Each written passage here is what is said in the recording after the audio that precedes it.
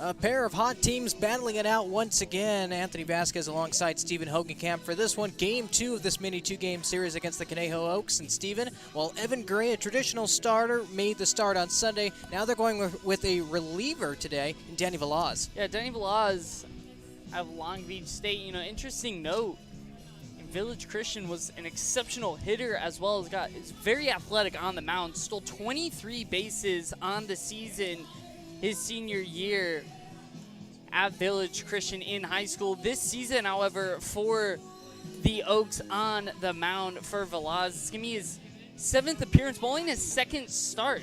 He's got a 5.65 ERA across 14 1/3 innings. He's got the strikeout in his game with 17, but has given up 9 runs and given up 19 hits as well. But one thing you do got to like, limits the walks. Only 3 walks in 14 innings, so he forces hitters to put the ball in play, and that's what the Saints have got to do today. Well, the Saints, a top 3 offense in the CCL. This is the lineup as chosen by head coach Aaron Milam. Dylan Johnson finds himself in the leadoff spot. He's actually the Saints' leading hitter at hitting .378. He'll be in left field. Drew Kelly and Kyson Donahue, the next 2 hitters to follow. And if anyone gets on, cleanup hitter Matt Wong in center. Matt Marlowe, the DH, hitting 5th. Jordan Rogers hitting 6th and playing the hot corner. While the bottom third of the order, Max Blessinger. Jacob Sanchez once again finds himself at first base. And Cooper Harris, the 9-hitter, and playing catcher. He'll be the battery mate with Peyton Stumbo and later Chris Stamos. But here's the Arroyo Seco hot-hitting lineup. Started out with Dylan Johnson, hitting .378 in 10 games this year. Coming over from Gonzaga, he'll take inside ball 1, and Danny Velaz's day is underway. Yeah, interesting to have all 3 of your lefties back-to-back-to-back to start the order out. The 1-0. Johnson checked his swing. The home plate umpire rings him up on it. 1 ball and 1 strike.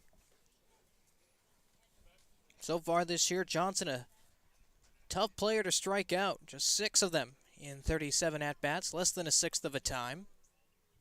As the 1-1 is bounced up the first base line. Catcher David Whittle's going to have a tough play, but Dylan Johnson makes it for him as he touches the ball as he heads up the first base line. The home plate umpire will call him out. A very unusual first out at the bottom of the first. Yeah, do not see that very often. Unfortunate because Johnson doesn't touch that. That is going to be an extremely tough play right there for catcher David Whittle. With the speed of DJ Dylan Johnson, that was going to be very tough for him. So unfortunate break right there for the Saints. Well, Alec steps up another Oregon player, one of 3 in this game, with Tyler Gannis and Gavin Grant calling Eugene home. And as Drew Kelly takes outside ball 1. Drew coming off of a 4-for-6 game against the Academy Barons last Saturday. Got the day off Sunday against the Oaks. Here he is here in a Saints white uniform at home. As he pops up the 1-0, racing back the third baseman Duday. In foul territory, he'll call everyone off and make the catch. And it's 2 up, 2 down for Danny Velaz in the bottom of the first. And both pitchers working very quickly. You know, Peyton Stumble only had that 9-pitch first inning. Velaz right here only 5 pitches through the first 2 batters, trying to get a quick first of his own. Cowley just a little late on that one right there. You normally see that, especially first time through the lineup, hitters always trying to work on that timing. Well, from one hitter hitting over 300 to another, it's Kyson Donahue. Currently 3rd on the team among qualified hitters at 324. And the first pitch he sees is a breaking ball, just missing on the outside corner. Most impressive thing about Donahue so far this summer has been his plate discipline. Didn't have a lot of it at Hawaii. Actually had the highest strikeout rate on the team. And while the Ks are still up, the walks have gone up with it. 16 of them already. He takes in fastball that rings in there for a strike. Donahue 2nd on the team behind Cooper Harris with 18 walks. Kyson has 16 of them, and he's even the count 1-1. Pitch on the righty, Velaz. A breaking ball. This time it finds the zone. And he's 1 strike away from having a 1-2-3 first. He's gone to 2 breaking balls here that Donahue has not even taken the bat off the shoulder in this at-bat. May seem triple up on that. The 1-2. Swung on and missed strike 3. Got him chasing at the breaking ball in the dirt. David Whittle will toss over to first. It's a low throw, and Kyson Donahue beats it. How about that? The routine out at first. It was going to be David Whittle to Brendan Durfee. Instead, Whittle tosses a ball low. It was in the dirt, and the home plate umpire waves the Conejo Oaks head coach back as if to say, no need to argue it. Kyson Donahue's in there on an error from catcher David Whittle. Yeah, you know, it was a poor throw by Whittle, but the throw still beat him. And over at first, Brendan Durfee picked it cleanly. It's just his foot was not on the bag. The throw didn't really even pull him off. He just wasn't set up in that right spot. As tossed back to first, and just like that, as if the ball doesn't lie, Kyson Donahue is picked off, and Danny Velaz will end his first inning on just 9 pitches, a 1-2-3 frame for both Peyton Stumbo and Danny Velaz. As we go to the second inning, still scoreless at Jackie Robinson Field.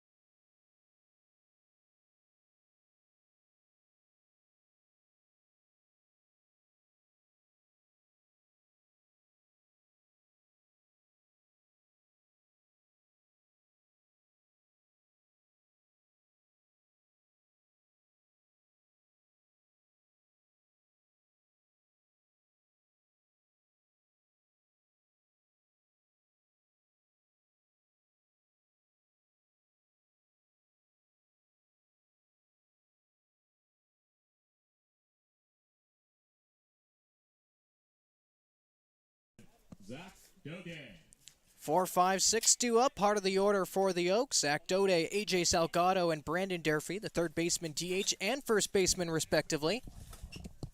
Facing off against Peyton Stumbo, retired a hot-hitting Conejo team in order back in the top of the first. And And Stumbo's counterpart and Balaz also had a quick inning, so Stumbo's got to try to get his team back in the dugout as quick as possible. Well, Stumbo delivers inside to Zach Dode, hitting .397 on the year. That is third on this Conejo Oaks team, and that really shows you how hot of your team. As the count runs even now, 1-1 to their Regis Ranger. The 1-1 from Stumbo. Breaking ball, runs up and inside. It didn't get the feel for that one right there. Slipped off the hands. Didn't really get those fingers above. Slipped through them, and that's why it finished high and in. Duday was supposed to be in Arroyo Seco State at one point. Was released and found a better opportunity with the Oaks. And boy, is he taking advantage of it, hitting nearly 400. Of course, the Saints have a couple of Regis players of their own. Matt Marlowe will be playing DH, and Logan Deskin, who's in the bullpen for today's game, ready to go if needed. The 3-1 runs inside, and the first base runner of the game goes to Zach Duday and the Oaks. A leadoff walk to start the second. Yeah, so early on, when Stumbo's been missing, it's been arm side, inner half to righties, away to lefties. You know, that front shoulder opening up a little too early, causing that right arm to lag behind. It can't catch up in time, finishing on that arm side. So Peyton Stumbo, 14 pitches deep into his outing. They're an inning plus. Does have a strikeout, but 8 balls compared to 6 strikes so far. You really have to hone in on the zone here as the 5-hitter A.J. Salgado, the big DH, is in the left-hander's batter's box, facing off against the righty Stumbo. First pitch on the way, misses low. And though we had that first quick inning, remember the number 1 hitter Tyler Gannis and number 3 hitter Austin Creel fell behind 2-0. So, like you mentioned, having a little trouble early on, consistently being in the zone and getting ahead of hitters. Duday 3 for 5 stealing bases. He takes a considerably healthy lead at first as Salgado will pop this one up. Cooper Harris ranging towards the Saints' third base dugout. He's out of room. Count now 1 ball and 1 strike to the hot-hitting A.J. Salgado,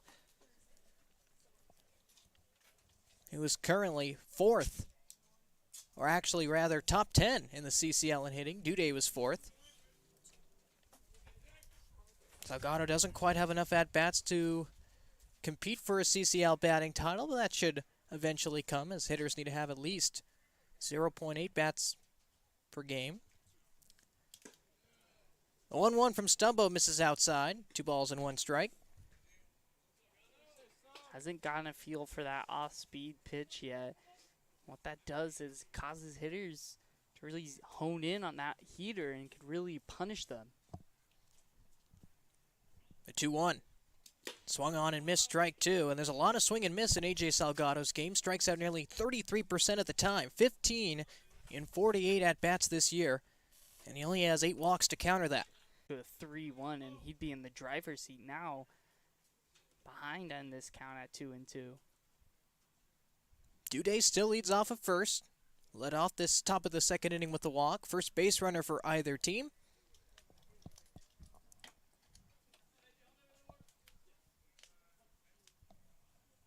Salgado steps out. Now he steps back in. Stumbo set of the belt. Ready with the 2-2. Misses high. Full count now to A.J. Salgado. And that bad to Gavin Grant in that first inning. He threw 3 fastballs, all for strikes, resulting in that strikeout. And he was really settling low in the zone, but now that fastball missing high. Another key hitter and Brendan Durfee waiting on deck. Well, we have 2 runners on. There goes Duday. The pitch is up and away, and it's ball 4. So back-to-back walks to start the inning for Peyton Stumbo has the Oaks in business. First and second, nobody out for Brendan Durfee. That's really not what you want to do, walking back-to-back hitters, giving them an opportunity to score. Big bat in Brendan Durfee here. Had a chance to see him in his Cal Lutheran season. Really good discipline at the plate. It's also got a big pop behind that bat. As Peyton Stumbo asking for a little help as he might have a little bit of clay under his cleat. Having a chisel at that one as Brendan Durfee was waiting at home plate. First and second, nobody out. Back-to-back walks for Peyton Stumbo after a very 1-2-3 clean first. And Stumbo, very competitive guy on the mound. That's why you see him always with that quick tempo, and walking these hitters really can slow down that tempo and really lull your infield and outfield to sleep because they're not getting an opportunity for balls hit at them to move around. Got to keep them on their toes. Very night and day difference from Peyton Stumbo when he's on the mound and when he's off. Always joking around in the bullpen on days he's off. And on the mound, he really bears down and confidently strides to the plate. He needs that confidence here, though, to get out of a first and second nobody out jam. And it's a tough hitter for Stumbo to face. It's Brendan Durfee, listed as a catcher. Will be playing first base today. So far, hitting .279 in 16 games this summer. Really does struggle hitting that changeup away, so if Stumbo could really locate that one, also get him to roll over for a double play. Instead, Stumbo delivers a fastball and gets ahead of Durfee 0-1. This is a Conejo Oaks team that's actually hitting better than the Arroyo Seco Saints are so far this summer. Second in the CCL in batting average at .277. So when a guy like Brendan Durfee comes up hitting .279, that's average on this Conejo Oaks team. That's how good of a hitting team they are. And right on cue, lacing a ball in the left center field is Durfee. Racing home is Duday. And the Conejo Oaks have their first run. An RBI single to left by Brendan Durfee, today's first baseman. Yeah, for sure. I mean, that's what happens when you allow free base paths here.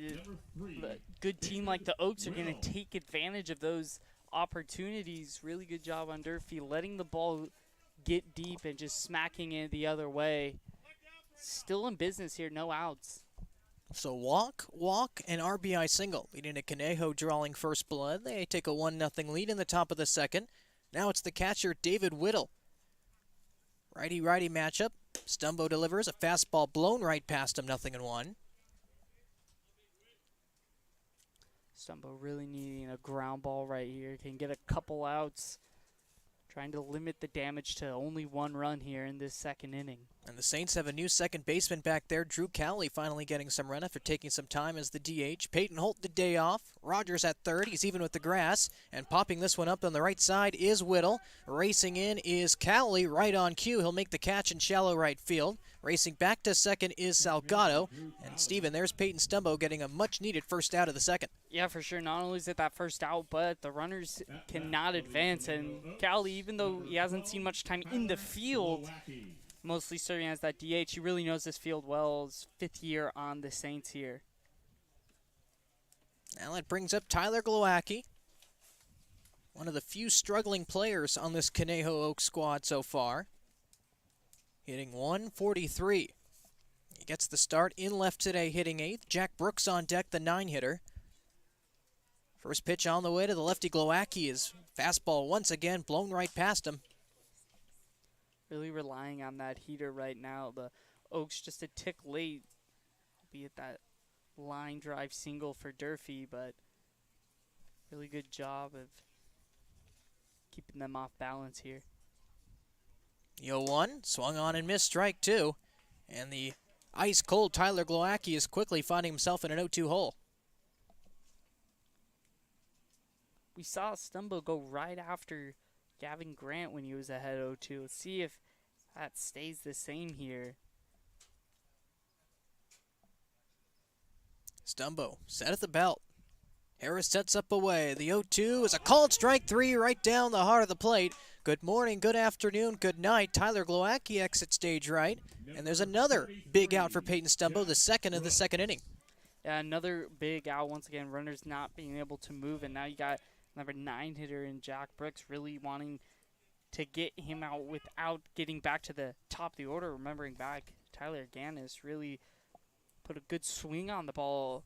Unfortunately for him, Dylan Johnson was perfectly placed for it, but if you're Stumbo, 1 out away from getting out of this jam, only 1 run allowed.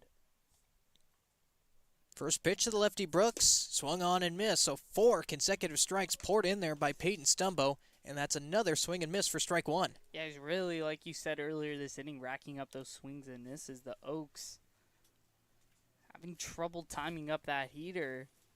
That happens when he's able to locate it low because he could tunnel it with his off-speed pitch. The 0-1 misses outside, 1 ball and 1 strike. to Jack Brooks. Will be starting his freshman year at Oregon. Once again, another Duck playing in this game. Went 1 for 2 on Sunday's loss, 7-5 to the Saints. Couple runs scored and a couple walks. Also stole a base. The 1-1 of the Speedy Brooks is blown right past him again. 1 ball and 2 strikes. Peyton Stumbo's feeling it right now. Yeah, for sure. That heater is really working for him. Hasn't been hit that often, and he's finding the zone with it more consistently now, which opens up a lot more pitches and spots that he can throw. Salgado off a second, Durfee off a first, and Jack Brooks will strike out swinging. So after allowing 3 consecutive base runners and a run to start this inning, Peyton Stumbo induces a flyout and strikes out the next 2 hitters. And just like that, he works himself out of a jam. Still 1-0 Conejo as we go to the bottom of the second. Down to the bottom of the second. Saints.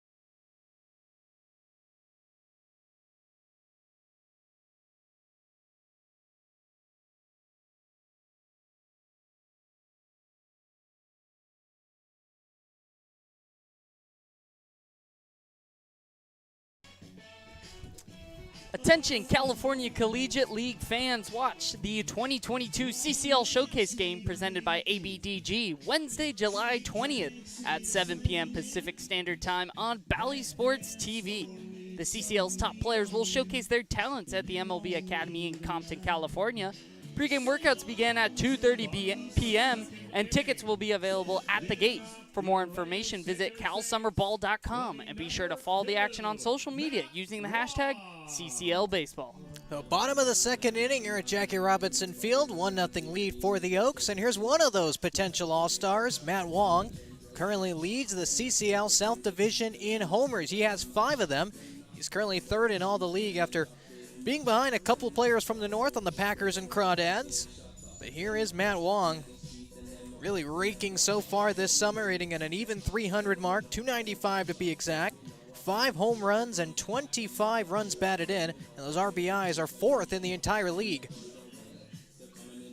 And Matt Wong, really good hitter, used all parts of the field, but that power alley for him is that left center gap, and that power has really increased for him. He got up to a little slow start in terms of power. He was getting a ton of hits, but not the ones that go over the fence, but that's really picked up lately. Especially in conference play where he's hitting .329. If it wasn't for that 4-game cold streak in Central California. Academy in Compton, the CCL Showcase game, which will also be broadcast live by Average would be much, much higher. It's a little bit of a situation here as 7 o'clock first pitch. the scraper that was used to help Peyton Stumbo scrape off his cleats is given back to Coach Aaron Milam. It looks like the Conejo Oaks are bringing their own. I didn't even know if they did use one of those conventional ones. It kind of looked like, might have even been, The base scraper. or maybe even like it kind of looked like a pen to me. Looks like we're ready to get back to baseball, however. So the cleats are all clean. Danny Velaz right back out there for his 2nd inning of work.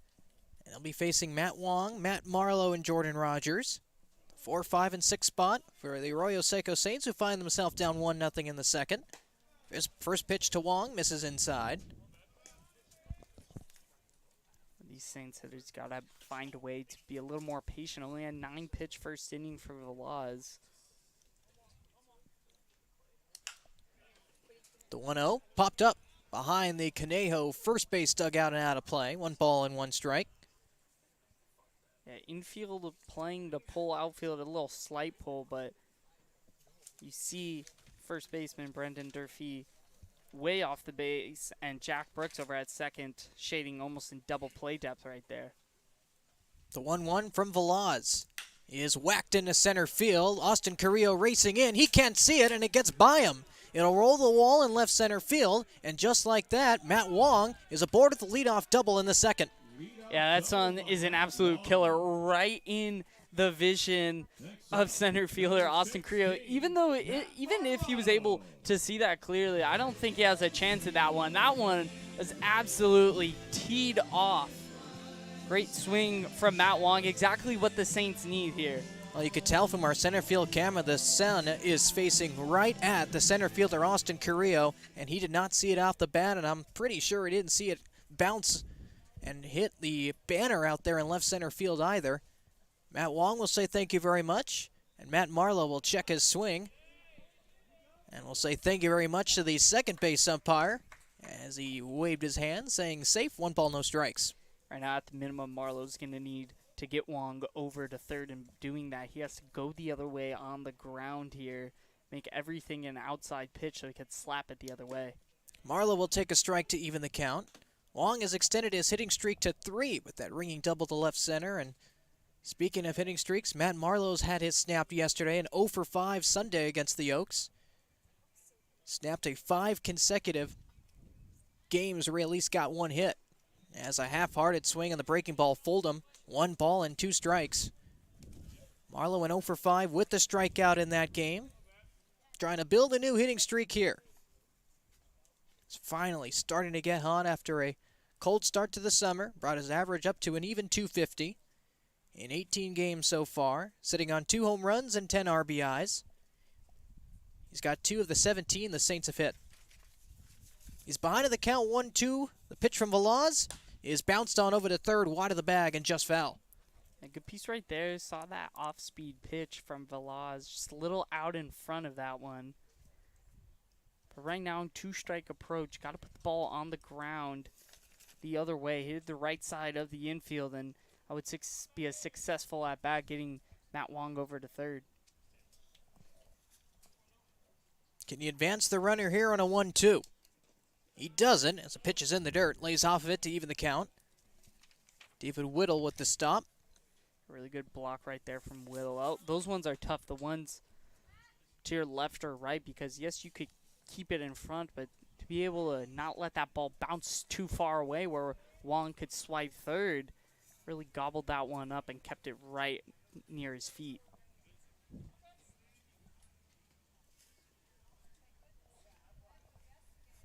Two balls and 2 strikes to Matt Marlowe, who has at least gotten 1 hit in 8 of his last 10 games. The pitch misses outside. The count's filled up. Waiting on deck is Jordan Rogers, today's third baseman. Really good at bat put together from Matt Marlowe here. Next pitch will be a 7th.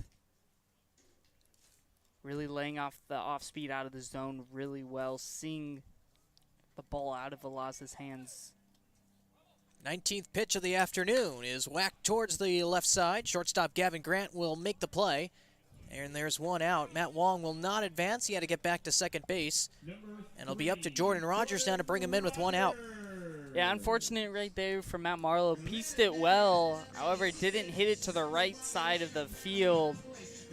If Wong can really get a big secondary and get that ball behind him, he could possibly get to third, but not a chance right there, and unfortunate break right there for the Saints. Well, now that brings up Jordan Rogers. He's had quite the interesting summer. Despite having just a 208 batting average, he does more of that than that for this team. He can play anywhere on the defensive side. He's getting the start at third today. And then on Sunday, he was the bullpen catcher, as Jacob Sanchez and Cooper Harris were both in the game. Meanwhile, on the batting side, third on the team in RBIs with 14 of them. Always finds himself with runners on base and always cashes in. He's got Matt Wong on second here, dancing off of the second base bag, and Rogers will flail at the breaking ball, 1-1. A really clutch hitter with Jordan Rogers, remembering back to Friday, had that what ended up being the game-winning hit against the Riptide in the 10th inning. Last time we were here, Rogers had the bases loaded against the Foresters and wiped the bases clear with what goes in the scorebook as a double, but he was thrown out trying to advance that into a triple. He's got a home run in the year, 14 RBIs, third on the team in walks with 14 of them. He gets on base at a really healthy mark, and he can play absolutely anywhere on the field. If you need a bullpen catcher, you can call up Rogers as well. Velas set with the 1-2. To the right-handed hitting Rogers. And that's popped foul. We'll do it again. You won't get the bullpen duties today, even though Jacob Sanchez and Cooper Harris are both in the game. Probably will be handed over to Cameron Constantine over there to warm up the Saints bullpen. There was a point in time where I was walking past the dugout and Caleb Reyes had the shin guards on and the mask, helping out the bullpen over there. Down the left field line, we'll see a lot from them later. Stumbo still in as the starter, and Jordan Rogers has a 1-2 count.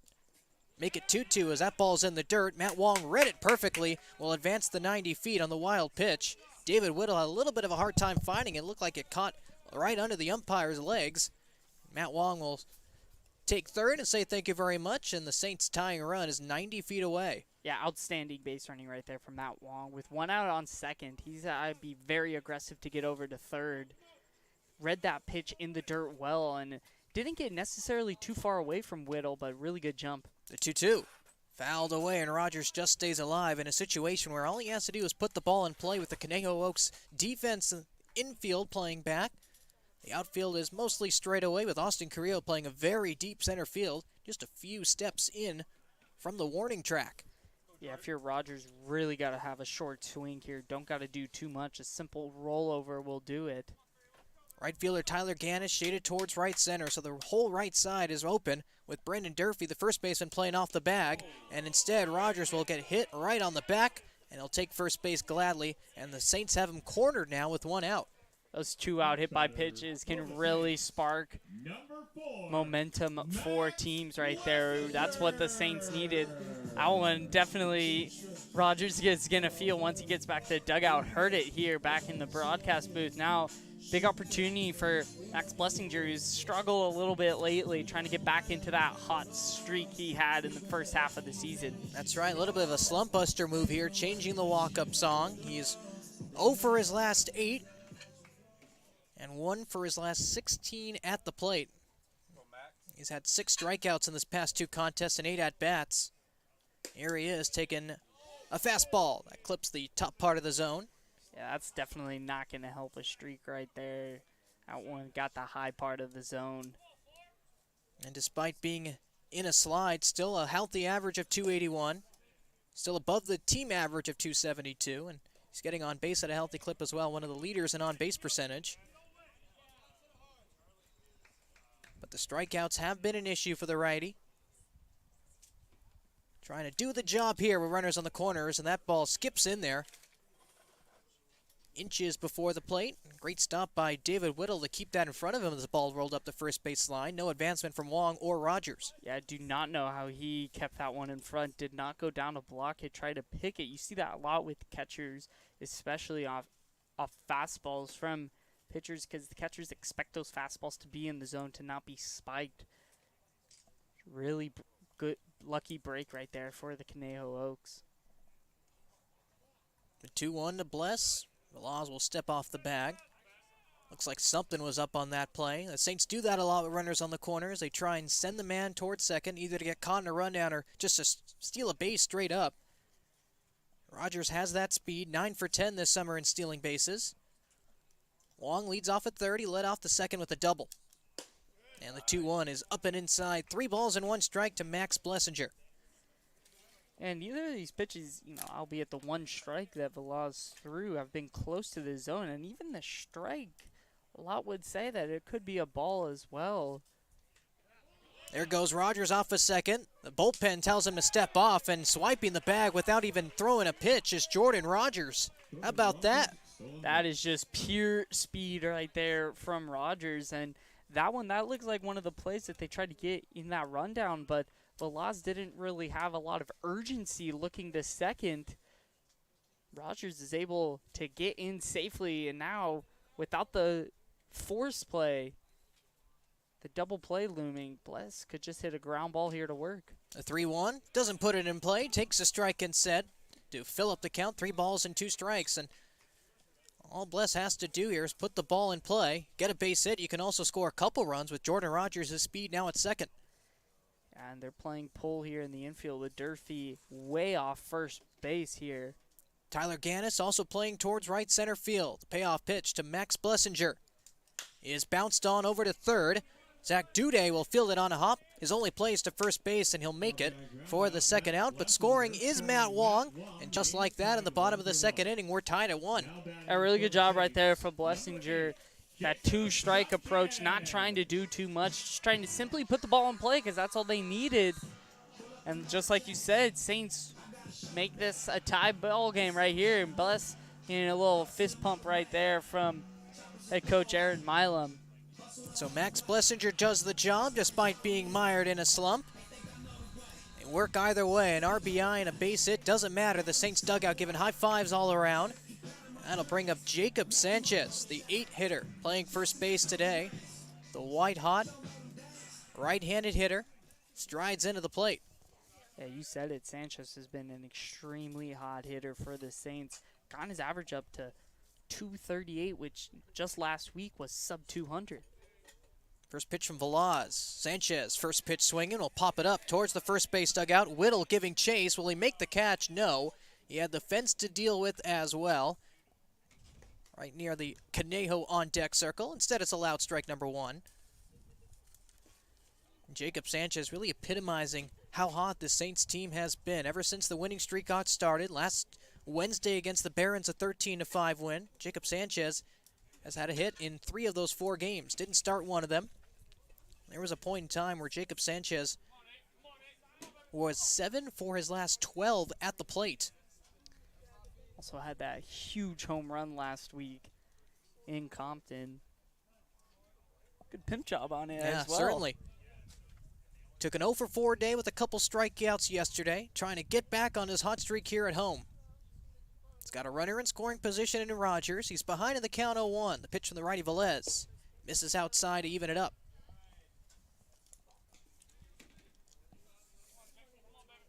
Cooper Harris, the 9-hitter, waiting on deck. Jacob Sanchez playing first base yet again. That shows you the confidence that head coach Aaron Milam has in him, trying to find a position for him to crack the lineup. The 1-1. Bounced on over towards the shortstop, Gavin Grant. From behind the second base bag, he'll make the play and throw out Sanchez to end the frame. But the Oaks and the Saints trade runs in the second inning. We're tied at 1 going to the third.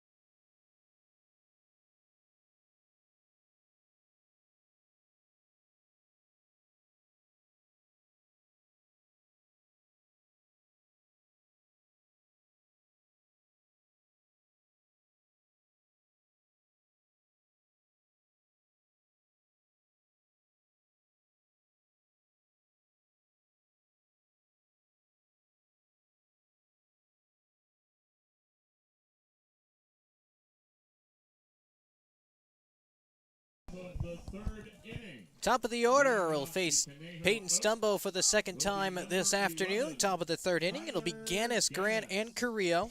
Stumbo set him down 1-2-3 his first time up. Let's see what they could do the second time. Yeah, those Stumbo had a little trouble last inning. First 3 runners reaching. The next 3 sent down in order with a couple strikeouts and was really pounding that fastball in there. You see the tempo he has already set, ready to go before Ganis even gets in the box. The Oregon senior taking his time, though. Umpire says play. Now Stumbo from the windup. And a half-hearted swing from Ganis will send that one back to the screen, 0-1.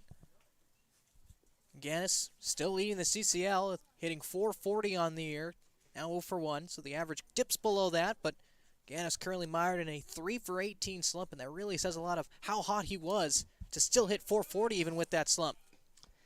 Yeah, put a good swing on the ball his first at bat, lining out to left fielder Dylan Johnson, but that count he was ahead 2-0. Now he's behind 2-0, a couple fastballs from Stumbo, and we've seen he'll go 3 in a row. The 0-2 popped up the first base line. Jacob Sanchez hustling towards the Conejo dugout. Who has it? It is Jacob Sanchez, and he'll make the catch, 1 out. Had the fence to deal with along with Peyton Stumbo, who's charging in from the mound. Either way, it's the first down, and Tyler Ganis, the CCL's leading hitter, is now 0-for-2, 0-for-4 in his last 4 ABs against the Saints. A really good job from Jacob Sanchez, sprinting to a spot to try to find where that dugout was, and you also see the athleticism from Peyton Stumbo, how well he gets off the mound. So now that brings up Gavin Grant.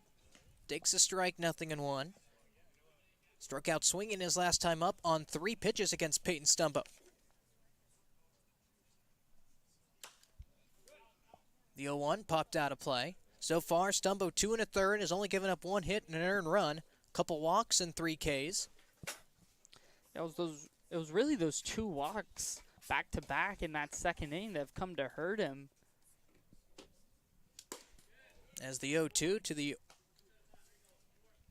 Oregon Duck misses up high, 1 ball, 2 strikes.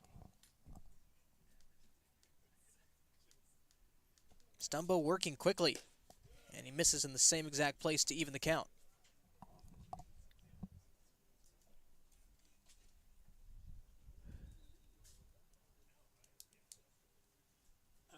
The 2-2. Popped foul, and we're going to need a 6th pitch in this at-bat. Stumbo still fine with the pitch count, 38 pitches through 2 1/3. Of course, you don't need him to go deep. You just need quality innings from him. That's what we're getting so far through 2 1/3. And all 8 pitches this inning have been heaters.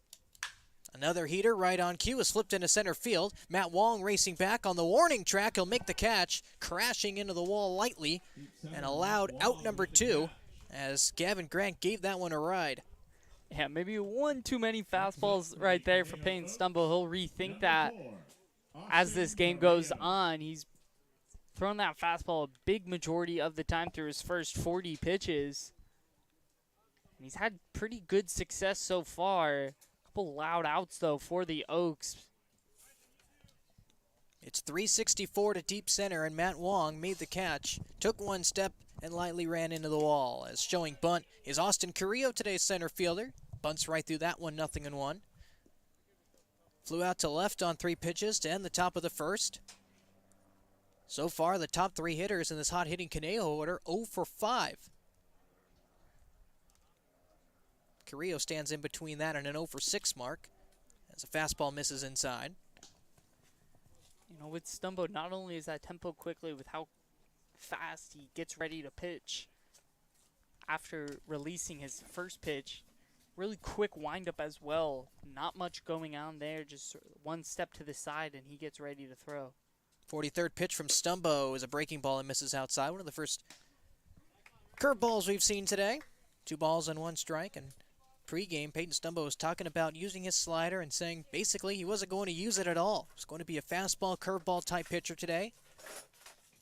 So far, it's working. The 2-1, fastball misses high, 3-1. He does have a changeup that he doesn't go to too often, but I would think you got to use that. You know, He has had pretty good success going majority fastball here, but the Oaks are going to sooner or later time that one up, so he's got to locate the off speed. Correa leads the team in walks, but instead fouls this one off.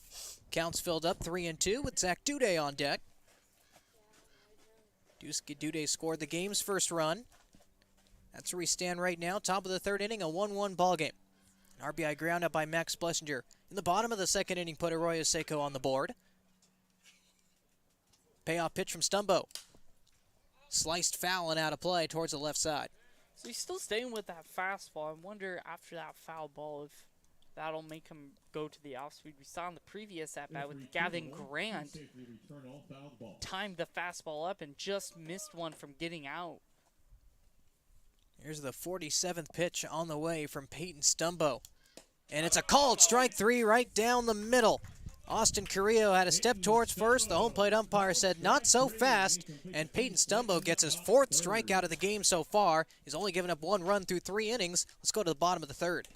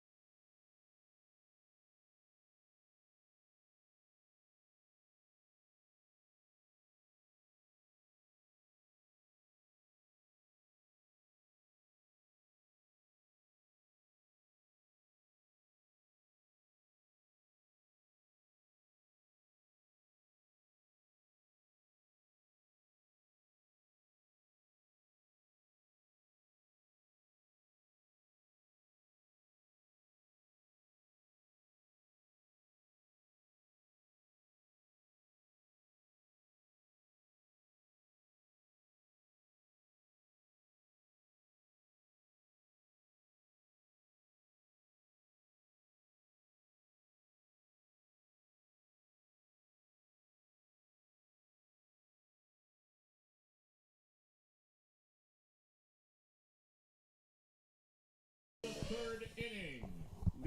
So it'll be 9-1-2 for the Saints. Cooper Harris, then the lineup flips over for Dylan Johnson and Drew Cowley for a second time.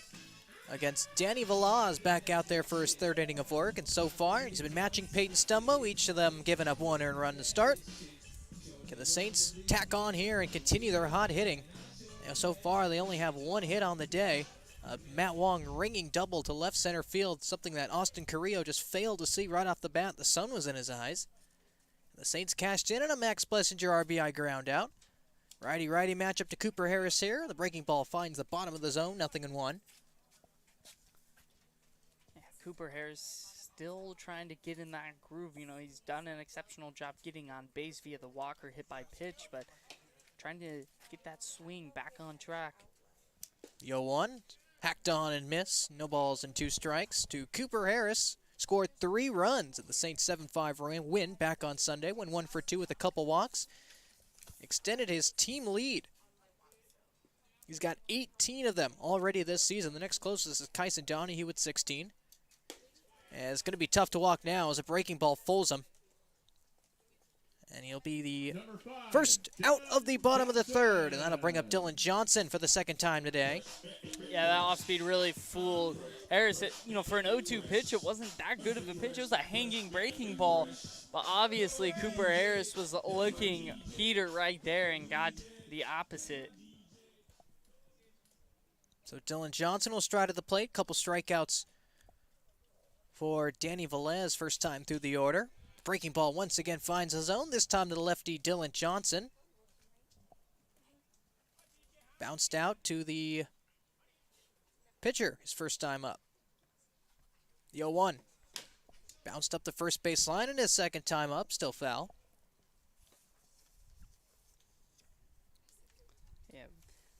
is really finding the zone much better this inning. 5 pitches, 5 strikes here. The 0-2. Just outside. It was called by home plate umpire. Just missed it. Catcher David Whittle really wanted that one. Instead, it's a 1-ball, 2-strike count to Dylan Johnson. He's only walked a couple times in 37 at-bats, but he's struck out only 6. As he fights that one off and stays alive just to see another pitch. Johnson, one of the best hitters on this Arroyo Seco team, and that says a lot with how hot they've been. 378 batting average. That'll be top 7 in the league if he was qualified. But he's only played 10 games. They really like him also, his defense and that speed as well. The 1-2, flipped into left field. Racing back is Glowacki on the run. He'll make a beautiful catch right there down the left field line. It was a little hard to see with the Saints dugout in our way, but either way, it's out number 2 at the bottom of the 3rd. Yeah, that was a really good job from Glowacki out in left field. That one gets down with how deep it is down that left field line. It is an easy triple for Dylan Johnson. Instead, a hit-saving grab right there. It's the second out of the inning. So Drew Kelly steps to the plate. This isn't your average field here at Jackie Robinson Stadium. 364 to center, 345 to right. But more importantly, 374 down the left field line. As the bouncer sent up the middle, second baseman Jack Brooks will make the play, and one Oregon man grounds out to another. We go to the bottom of the 3rd, tied up at 1 here at Jackie Robinson Field.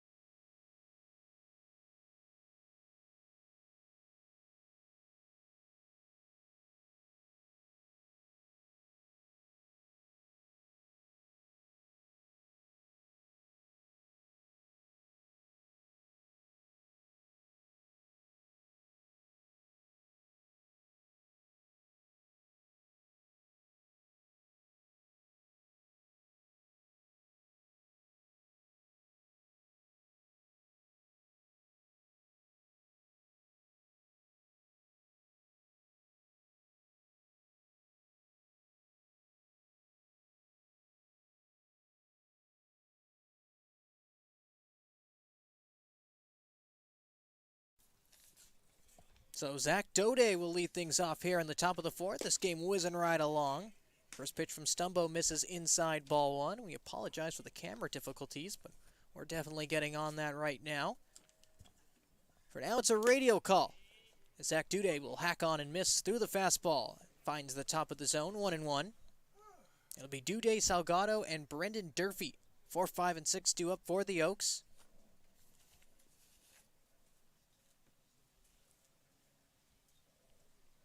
Dode, one of the 2 free passes Stumbo has given up as he takes low ball 2, 2-1 the count.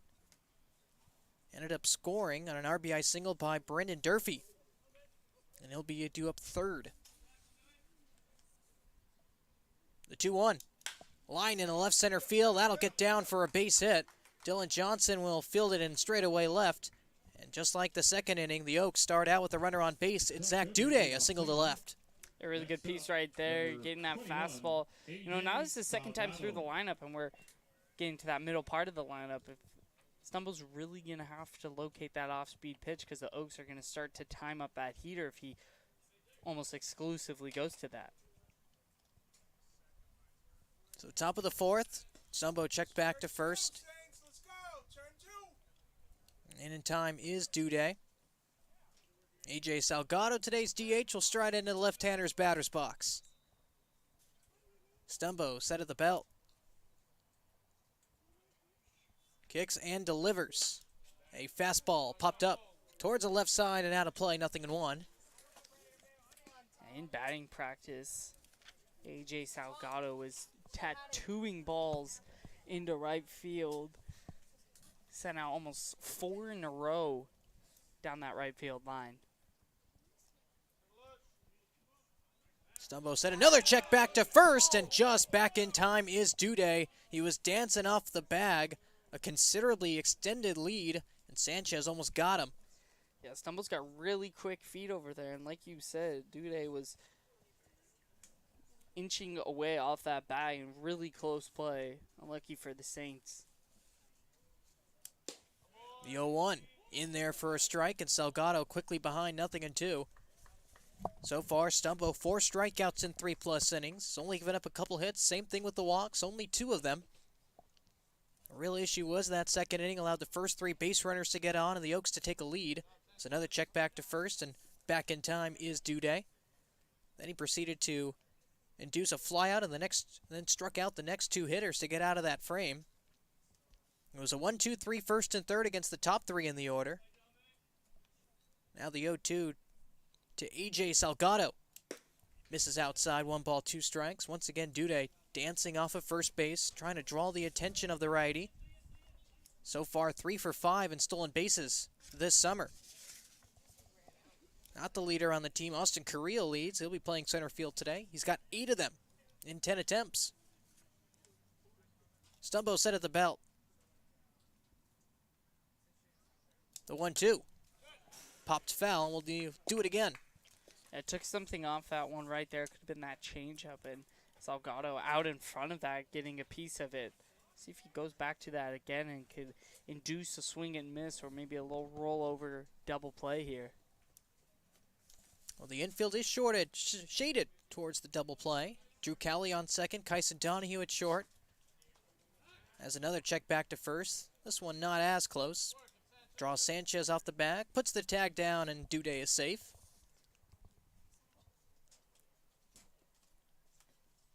Stumbo still ahead of AJ Salgado, 1 ball and 2 strikes. This is a big hitter to get out here. 417 on the season. Strikes out a lot, more than a third of the time. It's a 1-2, misses low. Spits on that one, 2 balls, 2 strikes. So far, Stumbo, 55 pitches. Still yet to record an out in this 3rd inning. This is only the 2nd hitter. Duday lined a base hit in the left field. That's where he stands right now, currently dancing off the bag with a healthy lead. Stumbo set the 2-2. Swung on and missed strike 3. Got him with the changeup. And for Peyton Stumbo, that's strikeout number 5 for the Nevada Wolfpack righty. Yeah, for the first 3 innings, maybe only went to that changeup 1 or maybe 2 times, but went to it multiple times in that at-bat alone. With a good amount of lefties in this lineup for the Oaks, that's a pitch that can really be his best friend, one that fades away from the left-handed hitters where they're really going to have to wait on it to go the other way. Well, he's going to need that here as Brendan Durfee strides to the plate. Laced an RBI single in the left field his last time up to bring in a run. That's why the Oaks have a 1 spot on the board as another look back to first. Duday is back in time. He was leaning towards second base. He's been doing that ever since he got aboard with the leadoff single in the 4th. The batter now is Brendan Durfee, today's first baseman.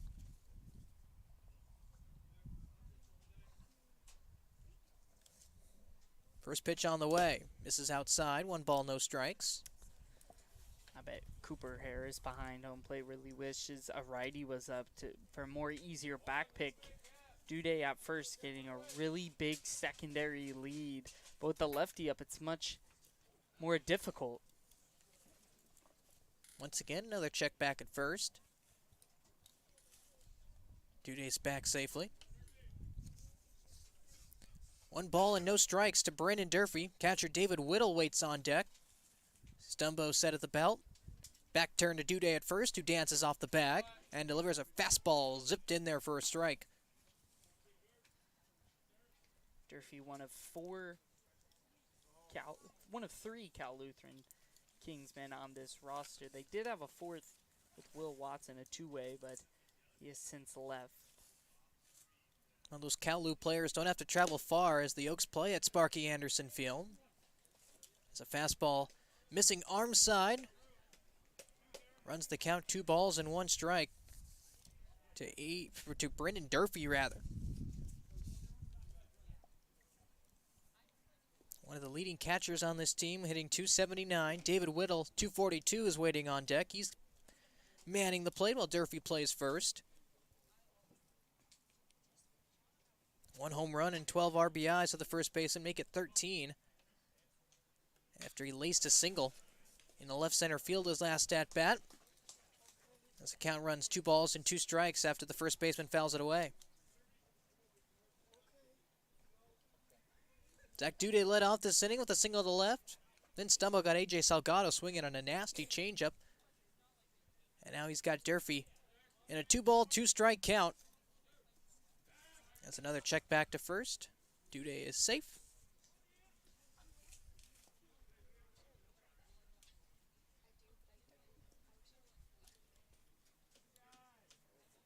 Stumbo set of the ballot ready for pitch number 62 this afternoon. On the way, there goes Duday. It's a hit and run, and Durfee will foul that one away. We'll need to do it again. Yeah, unfortunate right there for Durfee. If it was less than 2 strikes, he probably would have taken that one. Really good jump at first from Duday. He's had a lot of time over there to time up Stumbo here. A little bit of a battle brewing. 7th pitch of the at-bat ready to come up. Barring a pickoff attempt at first. Stumbo will look back. Goes with a slide step here, and that one's chopped over to third. Rogers will make the play at second, and that's all they got. Rogers to Cali for out number 2, and at first base is Durfee. And there's 2 outs here in the top of the 4th. Good job getting that lead runner out there. It was only the 1 run they are able to get out with that high hopper right there for Jordan Rogers. And he needed all of that arm right there to get Duday out at second. Rogers was playing back. That allowed him to field that ball easily on the hop. Now with 2 outs, Durfee now leading off at first. It's David Whittle who takes strike 1. Good job getting ahead and good job utilizing that off-speed pitch. We'll go now to fastball and curveball here. We probably won't see a changeup.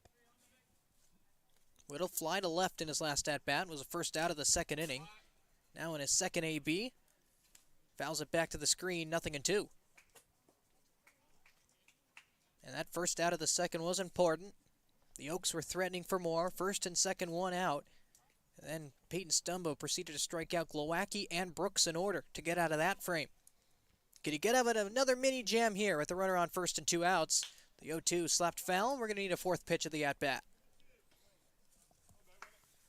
This would definitely boost some confidence for Stumbo. You know, that 1st and 3rd inning, he retired the side in order, but that 2nd inning, the leadoff runner got on, ended up coming around to score. Duday leading off with a hit here, and now they he can strand a runner on.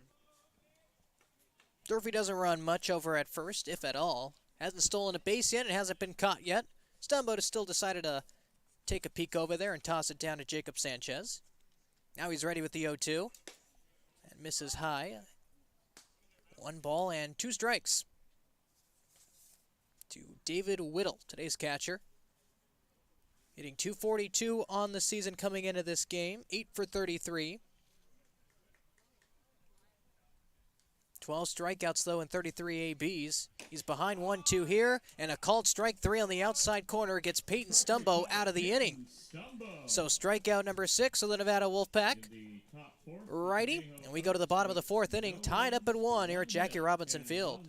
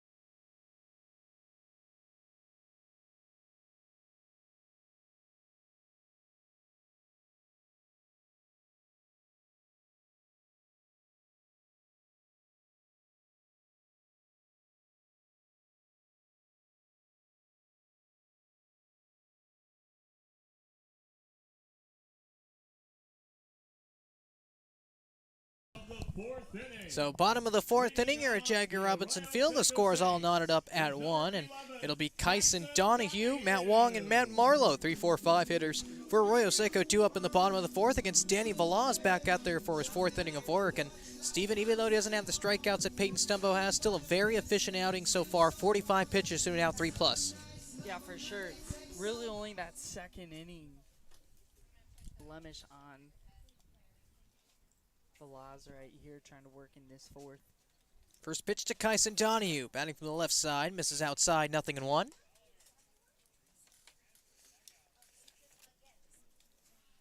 Donahue was a strikeout victim in that first inning, however, got on via the error from Whittle, but then was later picked off. The fastball misses, 2 balls and no strikes. I can't hear Anthony.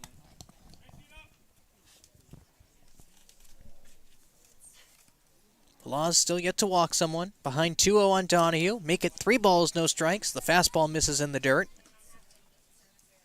This is the last thing he would want, walking the leadoff batter in Kyson Donahue here, especially with Matt Wong on deck, who had that ripped double.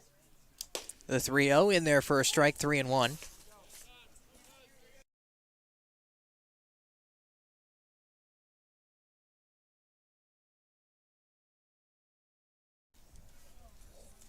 A 3-1. Misses outside, ball 4. And the Saints have a leadoff base runner. It's Kyson Donahue working the free pass in the bottom of the fourth inning. Home plate umpire being really stingy on those outer half pitches right there. Hasn't really given the benefit to the pitchers. Hitters will always take that one. Really can get in the head of pitchers. You know, if they're getting that half a ball off the plate, they can really utilize their stuff to get quick outs from hitters. But when they're not getting that call, they're really gonna have to shorten up how they pitch. So now that brings up Matt Marlowe. On the 7th pitch of the at-bat in the bottom of the second inning, bounced out to short for out number 1. Sorry, this is Matt Wong hitting. Matt Marlowe's waiting on deck, and he takes up an inside ball 1. Wong laced a double to left center field his last time up. A line drive that Austin Carrillo lost in the sun. That allowed Wong to get on second and eventually score Arroyo Seco's first run of the day. Yeah, that's still an issue out there for center field and even a little for Danny Velaz. The 1-0 misses outside, 2 balls, no strikes. So Danny Velaz, after not walking anybody through 3 innings, is now missed with 6 of his last 7 pitches.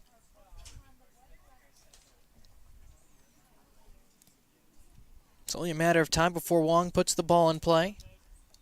Doesn't walk quite much compared to the rest of the Saints team. He takes the 3rd pitch of the at-bat for a strike, 2-1. A good take on that one. Wong didn't really like the call, but that is a pitcher's pitch right there. And on a 2-0 count, you really got to look for your pitch, something that you can drive, and that's something that Matt Wong cannot. Donahue leads off at first as Wong chops one over towards the shortstop.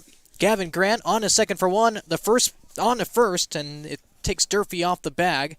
So a fielder's choice for Matt Wong. He replaces Kyson Donahue at first, and there's one gone in the bottom of the fourth for Matt Marlowe. And not what you want there for Matt Wong. Ahead 2-1, you still are in a hitter's count. Just did not put a good swing on the ball right there, slamming it into the ground. Well, now it's Marlowe's turn. Bounced out to short on 7 pitches his last time up with Matt Wong on second. Now he's got Matt Wong in first in his second at-bat against the righty Danny Velaz. First pitch taken high for ball 1. Catcher David Whittle faked to throw over to first. Didn't toss it over. Yeah, but that just shows, how much more easy it is doing that back pick with a righty up rather than a lefty. You have that box cleared so you can see the runner. The 0-1 is a breaking ball in there for a strike to even the count. Marlowe trying to build on another hitting streak after he had his 5 consecutive games with at least 1 knock. Snapped as Velaz tosses a fastball over to first base. It gets away from Durfee a little bit. Not enough for Matt Wong to advance to second. Yeah, it looks like that one might have caught a piece of Matt Wong. bouncing off the glove of Durfee off of the body of Wong.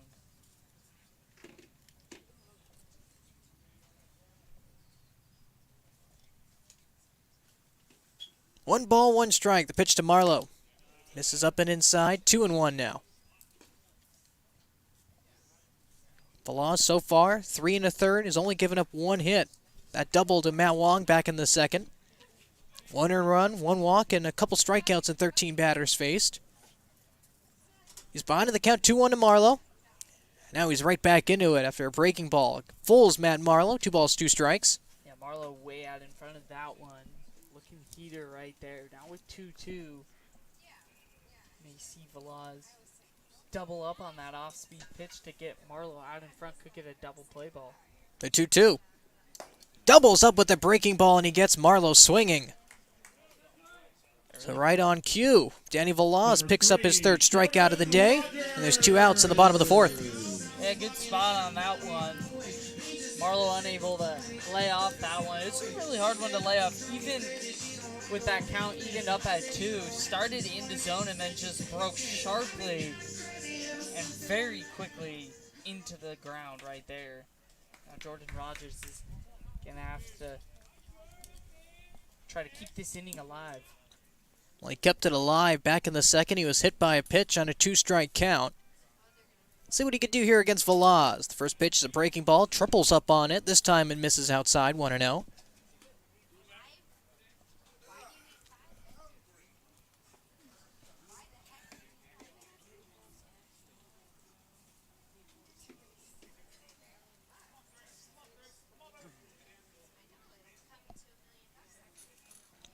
Veloz, a check back to first. Matt Wong in there safely.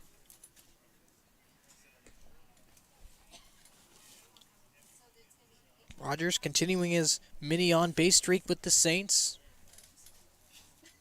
Coach Aaron Milam trying to slot him in wherever he fits in the batting order.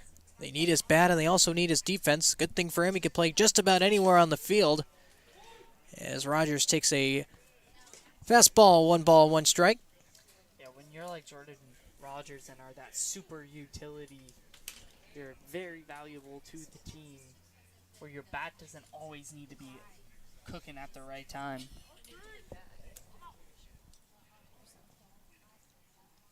The 1-1.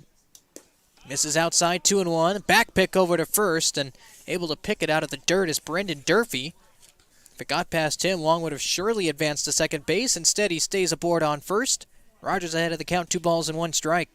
A really good job right there from Durfee, keeping that one in front with how their outfield is positioning with Gannis shading into right center field. Wong easily would have been able to advance 1 base. A big hole in the right side for Rogers, with Durfee hanging on to Matt Wong at first as, once again, Veloz delivers strike number 2. 2 balls, 2 strikes, 2 outs, and Matt Wong on first. Yeah, Saints having trouble through these first 3 2/3, seeing that off speed out of the hands of Velez, especially if he throws it for a strike. They've been laying off of it a lot. 64th pitch from Veloz is fouled off the catcher's mask. David Whittle taking a brunt of that blow. Umpire will give him some time as he stands right back on his feet.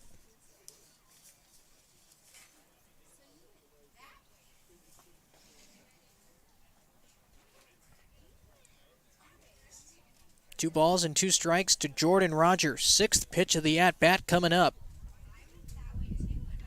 65th pitch of the afternoon for Veloz. The 2-2. Swung on and missed strike 3. So Danny Veloz makes easy work of the Arroyo Seco Saints after walking Kyson Donahue to start the inning. He forces Matt Wong to bounce to an infielder's choice and strikes out the next hitters Marlowe and Rogers in order. It's time for the 5th. We're tied at 1.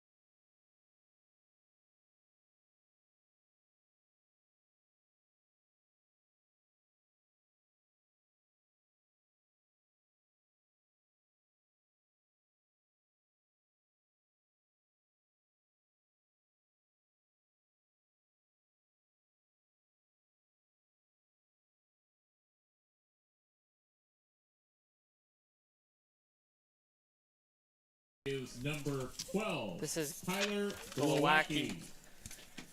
Top of the fifth inning, 1-1 your score. Jackie Robinson Field, each team trading blows in the second. Peyton Stumbo and Danny Villas still out there. And Stumbo right back out there for his fifth inning of work. So far, 4 innings pitched. Only giving up 4 base runners, 2 hits and 2 walks. So that ball's a line down the right field line. And Tyler Glowacki was about a few feet to the left from a ringing double to start the fifth. Instead, it's allowed strike number 1. Yeah, baseball game of inches right there. Just out in front of that one. Hooked it a little too much. 8-9-1 due up. Glowacki, Brooks, and Gannis. The 0-1 from Stumbo misses low and away. Should be a big inning right here for Stumbo. He's never gone longer than 4 innings. He's gone 4 innings a couple times against the Blues and up in that NorCal trip against the Potters. Glowacki, a healthy hack, fouls it back to the screen. Stumbo ahead, 1 ball and 2 strikes. He already has 5 Ks through 4 innings. And so far, the only run off of him is a RBI single by Brendan Durfee in the second. As the 1-2 runs up and away. Yeah, those 5 strikeouts are a season high for Stumbo. He came into today's game through those first 12 innings, only striking out 8. So getting a lot more swings and misses than normally. The 2-2 popped up. Fouling out of play. We'll do it again. You see the Oaks as getting deeper into this game, timing up that fastball just a little more. Though we're only the second time through the lineup, they're still getting more time in that dugout to see Stumbo. Once again, the 2-2 hacked and out of play. We're going to need a 7th pitch of the at-bat. Tyler Glowacki starting a little bit of a battle.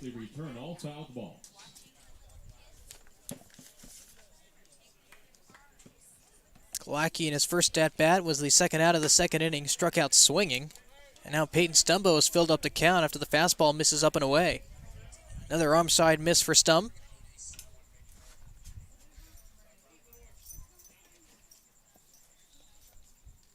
Already the 76th pitch for him. And it misses up and away, ball 4. So a leadoff walk here for the Conejo Oaks. It's Tyler Glowacki taking first on 8 pitches. Number 33. And now with nobody out, Jack Brooks will stride to the plate.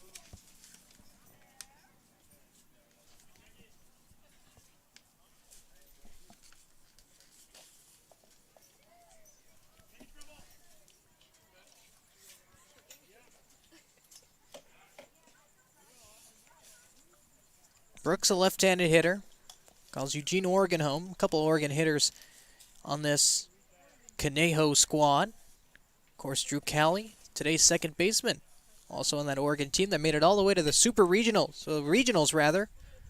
Ended up losing out to the Louisville Cardinals as showing bunt and laying one down as Brooks. Diving play by Peyton Stumbo will be the first out of the 5th inning. Even he can't believe he got to that one. That would have been a tough play if it would have gotten down. Instead, Stumbo dives for the first out of the 5th, a huge out. That would have had 2 runners on for Conejo. That really just shows the athleticism out of Peyton Stumbo. He's going to take a little breather, may have had that wind knocked out of him right there. Full extension dive. Really good job right there. That gets down to Glowacki would be able to get over to second for the sac bunt. Really good job right there for Peyton Stumbo. Once again, apologies for our camera. The sun continues to beat down on it. Got the focus a little messed up, but a little unfortunate because that play from Peyton Stumbo was a beauty. Bunt was up the third base line. Stumbo had a dive for it. If it would have found grass, the Oaks would have had first and second with nobody out. Instead, Glowacki aboard on first with 1 out. The lineup flips over for Tyler Gannis.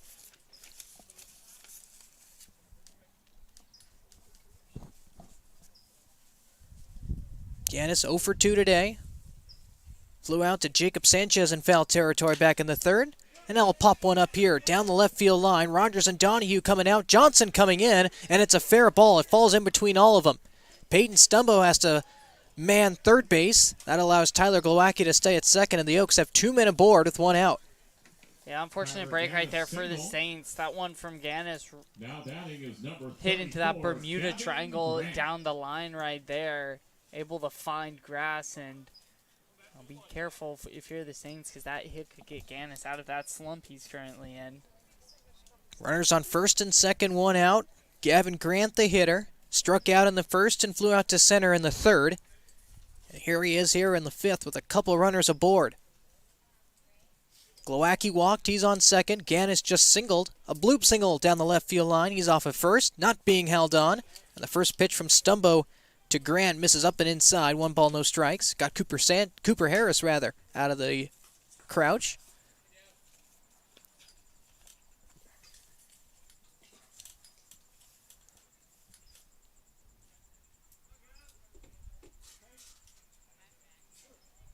Stumbo set. The 1-0. Popped up. Fouling out of play towards the right side, but behind the Conejo dugout up the first base line.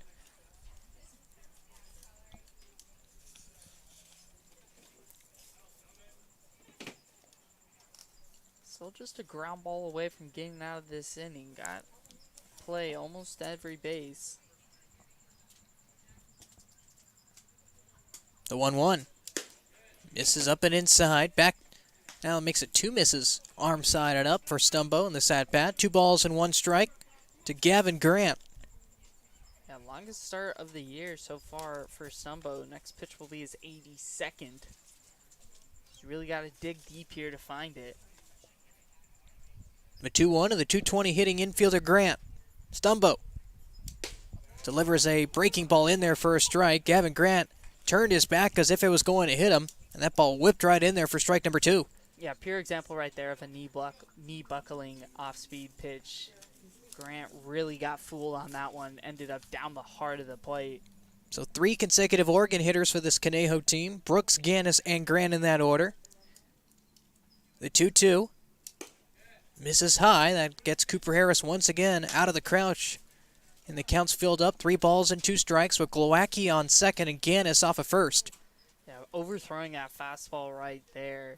Trying to do a little too much right there. Aiming that pitch. Ending up high. Now it's got to really dig deep here. Full count. Do not want to walk the bases full.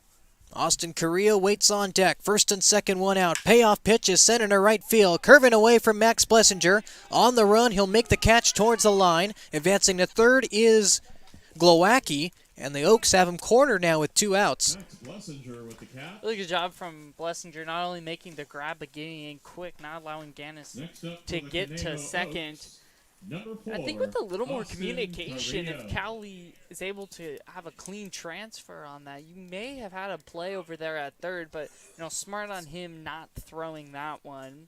Don't want to force the issue. Still got 2 outs here and a force play up the middle. And a tough hitter in the left-hander's batter's box striding to the plate, Austin Carrillo. Stumbo's held him down so far. He's 0 for 2 with the strikeout. Here he is here in a big situation here in the 5th with a chance to give the Oaks the lead. Off of Sec first, and now getting caught in a rundown is Tyler Gannis. Cooper Harris will throw down, and the tag is not in time. Not advancing home is Glowacki. Instead, it's a 1 ball, no strike count with now second and third 2 outs. Yeah, it looks like they were trying to run a play where they could force Harris to throw without checking over at third with Glowacki, who could try to swipe a bag going home. Instead, the Saints opt to let him get to second easily. With 1 out, 2 outs rather. The 1-0 fouled away by Carrillo, muttering to himself as if he just missed it. Instead, it's 1 ball and 1 strike. There is an open bag with second and third, but Zach Dudet on deck, who Stumbo has yet to retire. Looks like Chris Stamos getting loose in the pen, just stretching now. The 1-1 fouled back to the screen, and just like that, Peyton Stumbo is 1 big pitch away from firing 5 innings of 1-run ball. This will be a big out to get here. We talked about not expecting Stumbo to go deep into this game, maybe 3, maybe 4 innings. It's been really effective so far today. Now 1 out away from going 5. The pitch count's getting up there as well. This will be his 88th pitch of the game. The 1-2 to Carrillo in the dirt. Ball 2. Glowacki, no advancement. Nice stop by Cooper Harris. 2 balls, 2 strikes. 2 outs and a couple men on for the Oaks. Austin Carrillo so far entering this game hitting .356. Tough to strike out as well, only 9 of them in 73 at-bats. Stumbo already got him to K once. Can he do it again here? The 2-2 misses just inside to fill up the count. Cooper Harris was already running towards the Arroyo Seco dugout up the third base line as if he had that inside corner. Home plate umpire says otherwise, and we're going to need a payoff pitch to Austin Carrillo. With first base open, it's not the end of the world if you walk him, but you do bring up Zach Duday, and Steven, as you mentioned, Stumbo is yet to retire him. He's 1 for 1 today. The payoff pitch in the dirt, ball 4, and the Oaks have him loaded now with 2 outs in the 5th. Yeah, Stumbo's going to want that one back. Not the most competitive pitch there. Didn't really start for a strike, and now with bases loaded, Cooper Harris going out to talk with his pitcher smart idea. Goose will come out to talk to him as well. A little bit of a meeting on the mound between Cooper and Goose. Chris Stamos continues to warm up in that bullpen, and the pitch count already getting up there. Stumbo at 90 pitches through 4 2/3. And the bases are now full of Oaks. This inning started out with a walk to Tyler Glowacki to lead off the 5th. Then Jack Brooks bunted up the third base line, and Peyton Stumbo a diving catch up the line for the first out. Then Tyler Gannis a bloop single to left. Gavin Grant flew out to right, and now Austin Carrillo walked to load up the bases for Conejo as the meeting continues on the mound. Home plate umpire walking over to break it up. Still 1-1 in the 5th. Despite the trouble Peyton Stumbo has worked himself into in this inning, still one big pitch away from getting out of it. Gotta force anywhere. Gotta remember that if you're the defense. Because of that, you try not to get this to a full count here, because if it'll go full count, all runners will be in motion. It could really disrupt and discombobulate an infield here. 2 gone, Duday versus Peyton Stumbo. And what might be remembered as one of the bigger at-bats earlier on in this game. First pitch, zips in there for a strike, 0-1. Does a good job getting ahead there. You know, when Stumbo's getting ahead early, that's when he's been successful so far in this game. The 0-1 pitch. Breaking ball, low and outside. Great idea from Stumbo, but Duda didn't bite.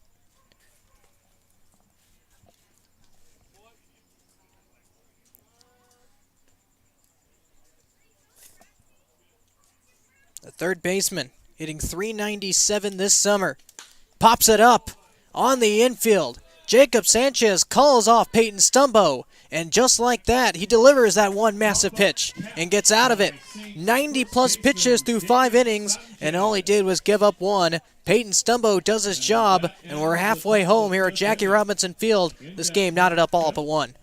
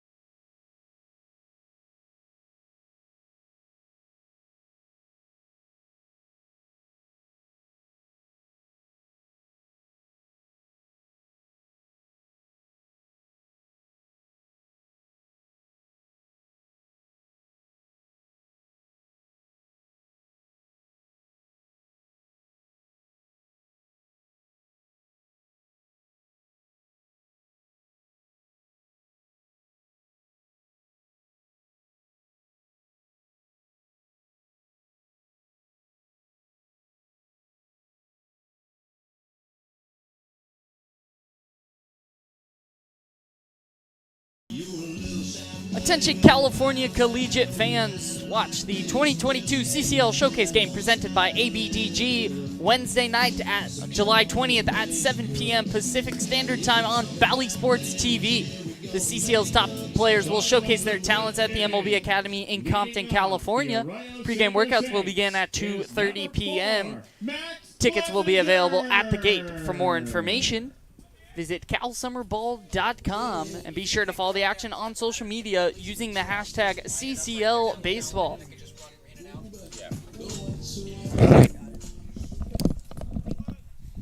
So Max Blessinger, Jacob Sanchez, and Cooper Harris, the bottom of the Arroyo Seco order, against Danny Velaz, who delivers a first pitch breaking ball that steals a strike, 0-1.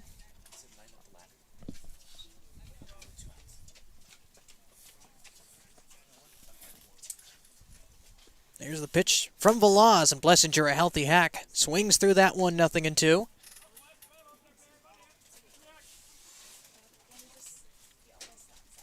Still 1-1 in the fifth. Velaz working quickly, very efficient. 68th pitch in this fifth inning. Misses low and away. 1 ball and 2 strikes to Max Blessinger, who drove in the only Arroyo Seco run of the day. An RBI ground out to the shortstop, Gavin Grant. Allowed Matt Wong to score, cashing him in after his ringing double in the second. The 1-2 on the way. Popped up towards shallow center, so shallow that the second baseman Jack Brooks camps behind the bag, and he misses the ball. Ball pops right out of his glove. Blessinger's in a second, and he's out of there. So not exactly how you draw up out number 1, but it was a routine play in the shallow center for Jack Brooks. Popped out of his glove, and Max Blessinger was casually jawing him to the first base line, turned on the jets, tried to get to second, and he wasn't there in time. Gavin Grant applied the tag. There's 1 out. Yeah, unfortunate right there for the Saints. They had that break they needed, but Blessinger just caught up in a poor spot right there. Cannot get to second in time even with his good speed, and now we got 1 out. Now Jacob Sanchez bats with nobody on. And he's immediately hit with the first pitch he sees, so he'll take first base. A 1-out base runner for the Saints, and now it's the 9-hitter Cooper Harris. Number 6, Cooper Harris. Second guy that Velaz has hit this game so far. Besides that, has shown pretty good command. He's now hit both Sanchez and Jordan Rogers. So a couple hit batsmen for the Saints in different innings, and now Sanchez will take the lead off at first. Now it's the 9-hitter Cooper Harris. Struck out in his last at-bat. He's 0 for 1. Lineup ready to flip over for a second time with the leadoff man Dylan Johnson waiting on deck. As Harris fouls a ball off his foot, sent up the third baseline. Home plate umpire immediately calls the play dead. As Harris will take a little bit of time and walking around the plate to shake it off. Yeah, luckily for Harris, he does have a leg guard on his foot, but that one may have not hit it at all. Those ones really sting and can really mess up. You know, with that front foot, that's your landing foot. Really mess up that timing. So Harris will also get a little bit of time for the home plate umpire. It's really a team back there with David Whittle, Cooper Harris, and the home plate umpire, each backing each other up should they need it. Now Cooper needs some time, and he sets right back in the box, ready to go. No balls and 1 strike. Danny Velaz still out there for his 5th inning of work, trying to match Peyton Stumbo's 5 innings of 1-run ball.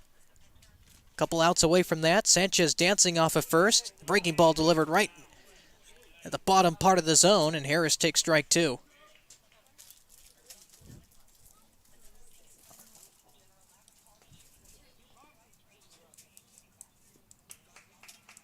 Left fielder Dylan Johnson waiting on deck, but we have 2 men aboard, or even worse, have to come up in the 6th inning should Harris ground into a double play. The 0-2. Harris checks his swing. Home plate umpire says he doesn't go. Ball gets away from David Whittle, and advancing to second on the wild pitch is Jacob Sanchez.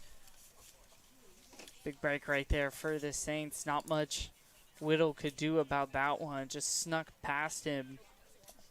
Good job on Harris holding that one up. Basic could now give the Saints the lead here. This game's been very tight all day. Harris has 4 RBIs so far this summer. No home runs and a .208 batting average. Getting on base still at a healthy clip. Over .470 was that on-base percentage coming into this one. As the 1-2 breaking ball pops in there for strike 3. And for the second time today, Cooper Harris is a strikeout victim against Danny Velaz. Yeah, on both times it's been on that off-speed pitch that has just froze him. Now Dylan Johnson, 2 outs. See if he can deliver that timely hit that the Saints need right here to give them a lead. So it's Dylan Johnson. 1 for 3 today. 0 for 2, rather. Batting from the left side in his third at-bat. Sanchez will lead off a second. Johnson has 6 RBIs in 8 games this summer. First pitch, flails at that one, 0-1. With 2 outs, expect Jacob Sanchez to get a pretty big secondary lead here so that a hit could score him in. As soon as he hears bat hit wood, Sanchez is off and running. Risk-free with 2 outs as the breaking ball misses low. 1 ball and 1 strike for Danny Velaz, who now has 5 strikeouts against these Saints hitters, 1 behind Peyton Stumbo. Already at 90-plus innings. Chris Stamos continuing to warm up in the Saints bullpen. The 1-1 from Velaz. Laced foul up the left side. 1 ball and 2 strikes, and Velaz is 1 strike away himself from firing 5 innings of 1-run ball.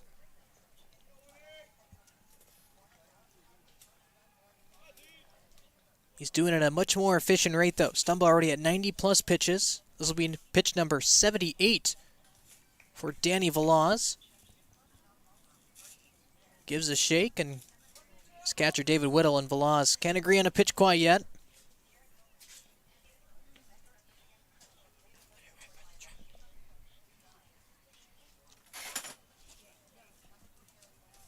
One ball and 2 strikes, and Johnson will step out and call time. Velaz was taking a little bit of time to find his pitch.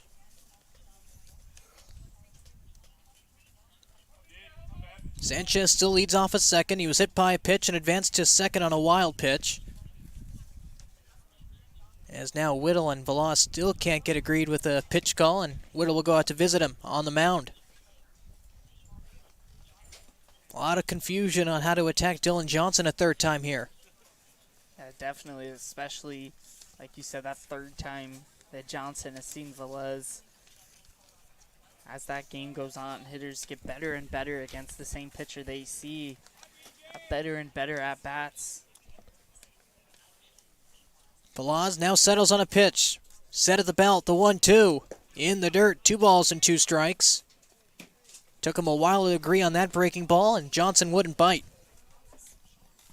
Johnson showing pretty good discipline here, laying off those pitches low in the zone.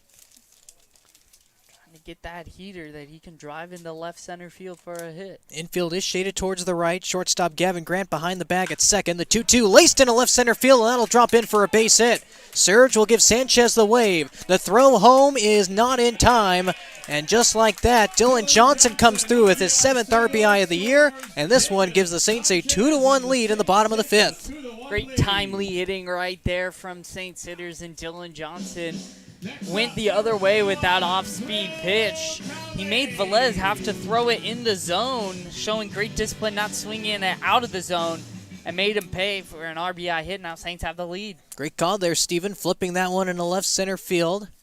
Left fielder Tyler Glowacki was in, but not in enough to nab Sanchez at home.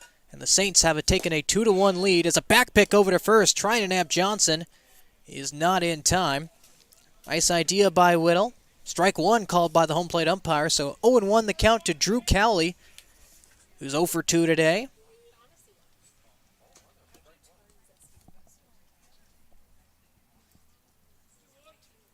The pitch from Velaz. Fouled off the plate. Johnson was going on that pitch. He'll have to go back to first. First pitch to Drew Cowley was actually a ball, so the count evens out at 1-1. Yeah, Johnson got a really good jump on that one, but Cowley got a good pitch to swing at, but I got to think he's got to take on that. So with 2 outs, if Johnson can get to second, they're a hit away from scoring, and even if he gets out, Drew Cowley will have a clean at-bat in the 6th.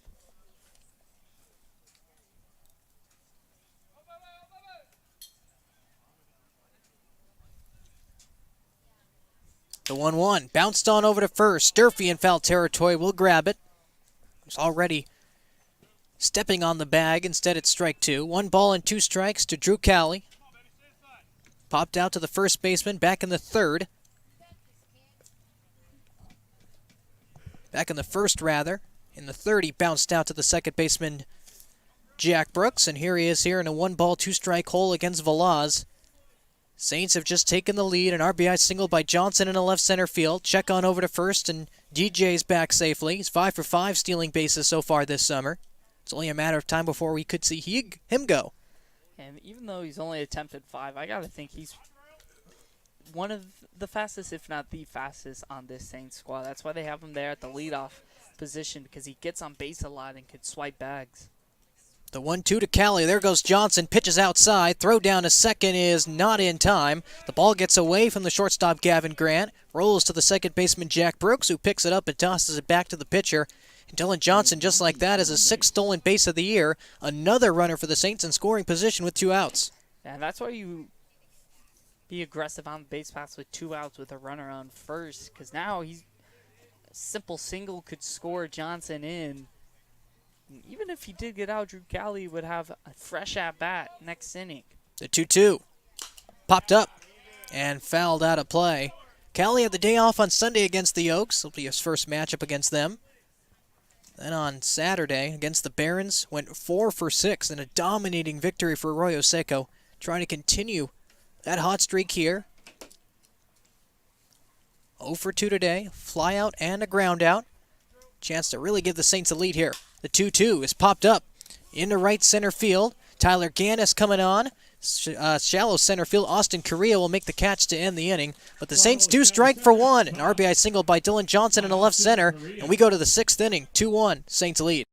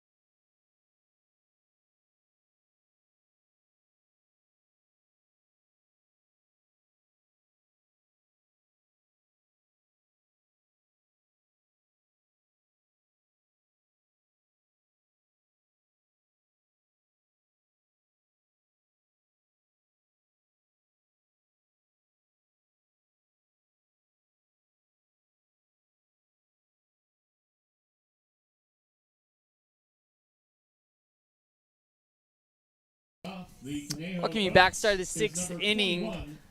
Stephen Ogenkamp here. I'm going to be handling the play-by-play for just a little bit. We had Anthony Velasquez fixing our camera out there. Looks like it's a little bit better. We'll definitely fix that a little more for the future. But Peyton Stumbo out for yet another inning. Now has a lead to work with as AJ Salgado leading things off. First pitch a little away right there. Salgado 0 for 1 on his night. He did walk back in the 2nd inning. A ball will be hardly hit and over to Jacob Sanchez, and it will skip past him into right field. So leadoff runner on via the error right there. Hard hit ball right there. Sanchez couldn't really body that one up. As a result, leadoff runner on as Brandon Durfee digs in. He's 1 for 2 on today. They're letting Stumbo stay in. He's at 95 pitches right now. Welcome back.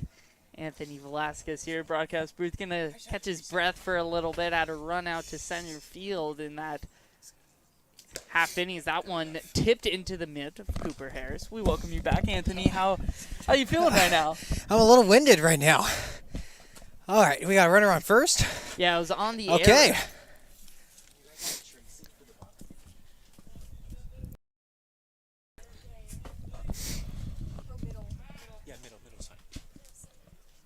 Also like to remind you, next half inning, that bottom half, in-game interview with Saints pitcher Trayson Vogt.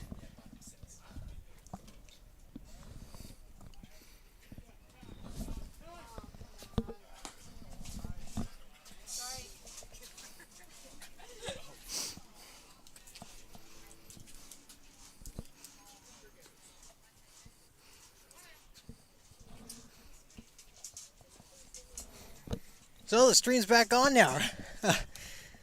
No balls in.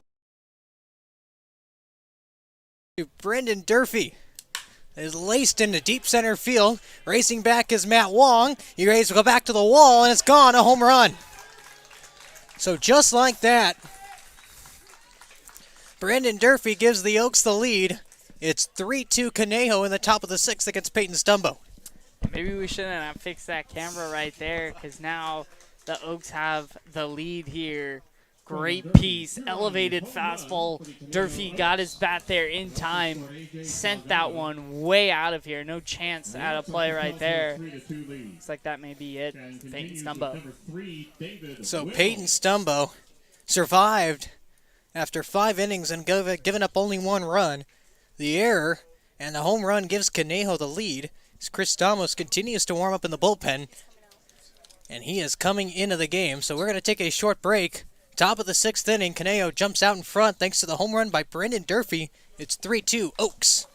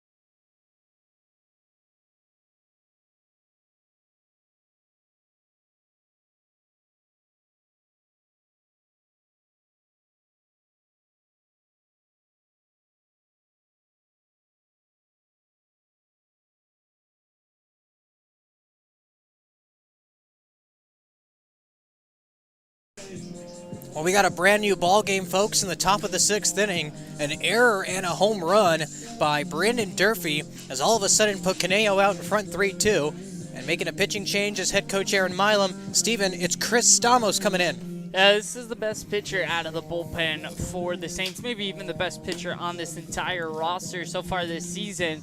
Got a .98 ERA across 18 1/3 innings, only allowing those 2 runs. Also 35 strikeouts, close to a 18 K per 9, almost averaging 2 strikeouts per inning pitched. It's coming in a somewhat of a clean inning with no one on, but already 2 tacked on for the Oaks. So they're going to look to him to try to hold the Oaks scoreless for the rest of this sixth inning. Steven, you mentioned those 35 strikeouts, second in the CCL as a reliever, and right on cue delivers a first pitch strike to David Whittle, today's catcher. Whittle on the day 0 for 2. This time he checks his swing. Home plate umpire points at him and says he went around. Stamos quickly out of the count, 0-2. One thing that Stamos has been extraordinarily effective at is getting ahead of batters really quickly. The 0-2 goes with a slide step here. Fastball zings up and away, 1 ball and 2 strikes. Yeah, Stamos does like to mess with the timing of those batters, mixing in a slide step, mixing in a pause hold when he kicks and throws. The 1-2 laced down the left field line. It was a hanging breaking ball. Pitch that Stamos would certainly want back. Instead, it's fouled away by Whittle. He gets away with it, 1-2. Yeah, it's definitely ahead in the count on a 1-2 pitch, not the spot he wants. He wants that one buried in the dirt. He would probably get a swing from Whittle here. Luckily, that one went just a little foul and still ahead 1-2. Chris Stamos on a 1-2. Goes with a fastball. It misses up and away. That'll even up the count. It'll be Whittle, Glowacki, and Brooks. 7-8-9 due up for the Oaks. After they just took the lead, A.J. Salgado got on an error by Jacob Sanchez. And Brendan Durfee on an 0-1 pitch takes Peyton Stumbo deep and also gets him out of the game. The 2-2. Same spot, different pitch, full count. It didn't get the call there. Now evened at 3-2. He got ahead 0-2 really quickly. Good job from Whittle laying off some tough pitches here. Payoff pitch to the catcher Whittle. Lefty-righty matchup. And it's a breaking ball that misses up and away, ball 4. So Chris Stamos will walk the first hitter he faces. The lineup keeps churning over. Tyler Glowacki, the left fielder now. Stamos does have about 2.5 walks per 9 innings pitched, which is a pretty decent clip, but for a reliever, they want him to limit those free passes. That's really all you really need to do as a reliever. Limit your free passes and don't give up home runs. Chris Stamos has his fair share of strikeouts as the breaking ball misses outside to the left-handed hitter Tyler Glowacki.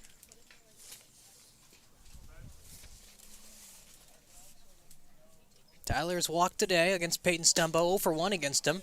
Stamos misses the zone once again, and Cooper Harris will come out to talk to him. Yeah, some of this may be due to Stamos has been warming up since that 4th, 5th inning. He's been in that bullpen a lot. He's asked to get hot a lot. We remember back to his last appearance back on Friday against the Riptide.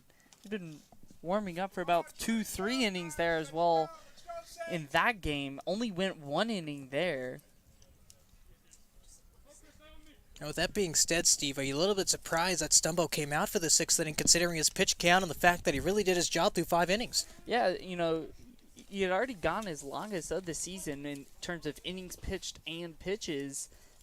They trusted him into his 6th, and it came to bite him.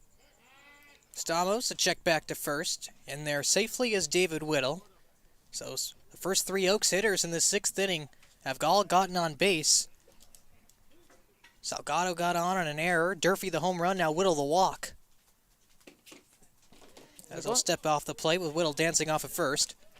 And going back to that pickoff move that Stamos has, got to be careful on that. A little bit of a quick pitch here.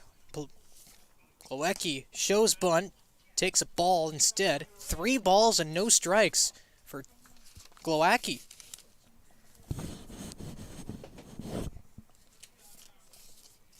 The 3-0. Up and inside for ball 4. And Chris Stamos has walked the first 2 hitters he's faced. The Oaks have first and second, nobody out. And with a chance to really blow this game open with a 1-run lead, it's Jack Brooks, the 9 hitter. We haven't seen Stamos in these, this difficulty of finding the zone. Already 2 walks. He's never walked more than 2 in any appearance this season. He's done it twice. In both games went over an inning pitched. Brooks 0 for 2 today. Struck out on 3 pitches and then laid down a bunt at the third base line that Peyton Stumbo dove and caught for the first out of that 4th inning. And here he is here in his 3rd AB. First pitch He shows bunt again, and he pops it up foul, 0-1. Coming in this game, opposing hitters against Stamos have an OPS of just 448. He's doing a really good job of, when he does give up base runners, they're not hit that far, and also limiting those walks. Had some difficulties early on in this inning. This is an Oaks team that doesn't sacrifice a lot. They only have one sacrifice hit all season. Brooks will show bunt again. He pokes at it and fouls it off towards the screen, 0-2. Steve, it really looks like he's, instead of maybe laying the ball or catching the ball with his bat, he's really poking at it. Yeah, for sure. You know, when you're bunting, you get that angle set, and if you're trying to get a sac bunt, if you're having trouble tracking the ball, just put out the bat earlier before Stamos kicks and deals, but also really got to let that ball go to your bat. You don't want to jab at it like he's been doing, because you're going to catch the wrong part of the ball and pop it up like he's been doing. No balls and 2 strikes. Let's see if the bunt's still on here. It's not. The pitch is in the dirt. No advancement. Great stop by Cooper Harris. That keeps the Oaks at first and second with nobody out. I have no idea how Harris was able to get that one. That off-speed pitch bounced in front of home plate. Shows the athleticism but for our backstop. 1 ball, 2 strikes. Nobody out to the 9-hitter Jack Brooks. Lefty-lefty matchup, the 1-2. In the dirt, 2 balls, 2 strikes. And once again, Stamos getting ahead of his second hitter, but really having a hard time putting them away. Missing that release point on that heater. He's missed both up and low throughout this inning, trying to find the middle ground of that. Could Stamos bear down and get a huge out, number 1, with the CCL's leading hitter Tyler Gannis on deck. Don't want the bases loaded for him. A worst-case scenario, a run in and runners on. That one's bounced over to first. Sanchez dives, can't make the play, and it grounds into right center field. Blessinger will pick it up, and it's an RBI single for Jack Brooks, the 9-hitter, and David Whittle will score. It's 4-2 Conejo.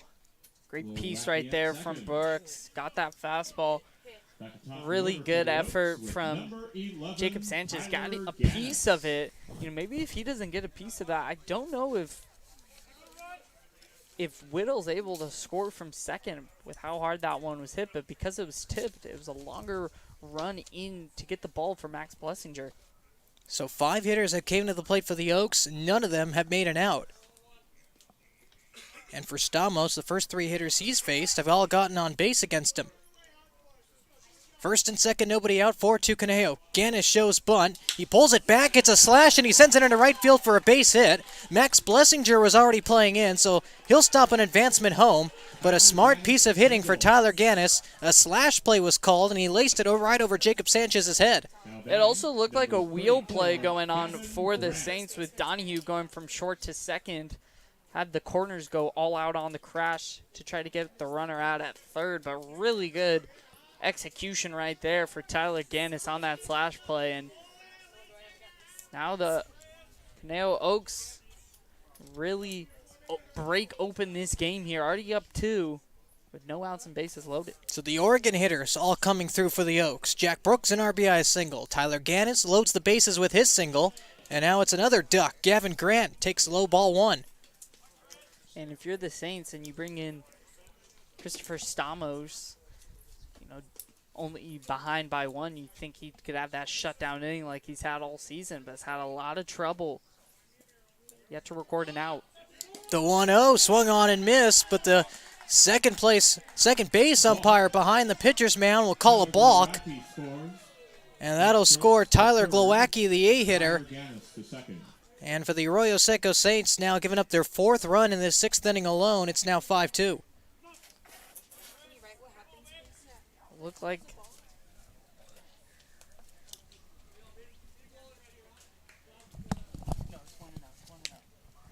so it's a no pitch. There'll be a 1 ball, no strike count. Runners on second and third, nobody out now for Gavin Grant. And he takes up and away ball 2. And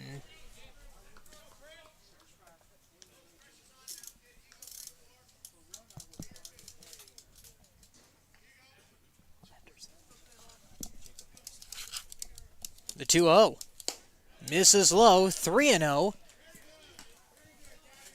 Austin Carrillo, another capable hitter, waiting on deck. He's hitting .356 coming into this one. And Jacob Henderson getting up and loose in the pen. He's a high leverage guy the Saints like to use. Gets out of lots of jams. The 3-0. Laced. Deep center field. Matt Wong racing back towards the wall. He looks up and it is gone. A home run. And right now, this sixth inning is imploding on the Arroyo Seco Saints. Gavin Grant, a home run to straightaway center field. And just like that, it is 8-2 Conejo with still nobody out. 3-0 green light right there for Gavin Grant. Got the pitch he wanted down the middle. Laced that one into center field. And like you said, Anthony, this inning just imploding on the Saints. Already the second home run hit for the Oaks. They've put up 6 without a run being or an out being recorded. 7 hitters have came to the plate in this inning, and all 7 have reached. The Oaks are 6 for 7 in this inning. The only really blunder from the Saints defense has been the error by Jacob Sanchez. Outside of that, it's been the pitching giving up a bulk of these runs. Estamos delivers a first pitch ball that misses outside, 1-0 to Austin Carrillo. And the Oaks are already set to bat around plus more in this inning. Carrillo, the 8th hitter to come to the plate. Lefty-lefty matchup, the 1-0. Up and away, 2 balls, no strikes. Jacob Henderson currently warming up in the bullpen, the righty from Iowa. And the Hawkeye warming up ever so quickly now with Goose watching him, and the catcher already crouching in a stance. 7 runs already in this inning for the Oaks. All 7 hitters have came to the plate have scored, and now Austin Carrillo was 1 pitch away from making it 8 consecutive base runners for the Oaks.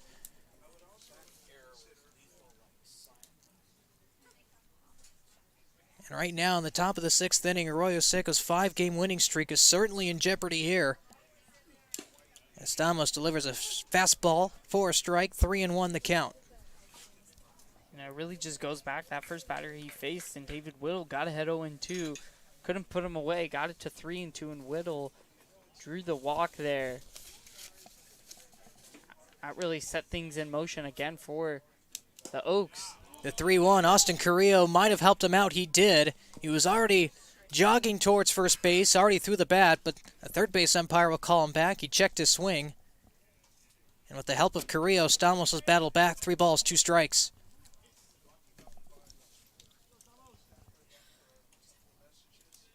Zach Duday on deck. AJ Salgado to follow. And he was the man who led off this inning, getting aboard thanks to a Jacob Sanchez error. And so far for Stamos, still yet to record an out.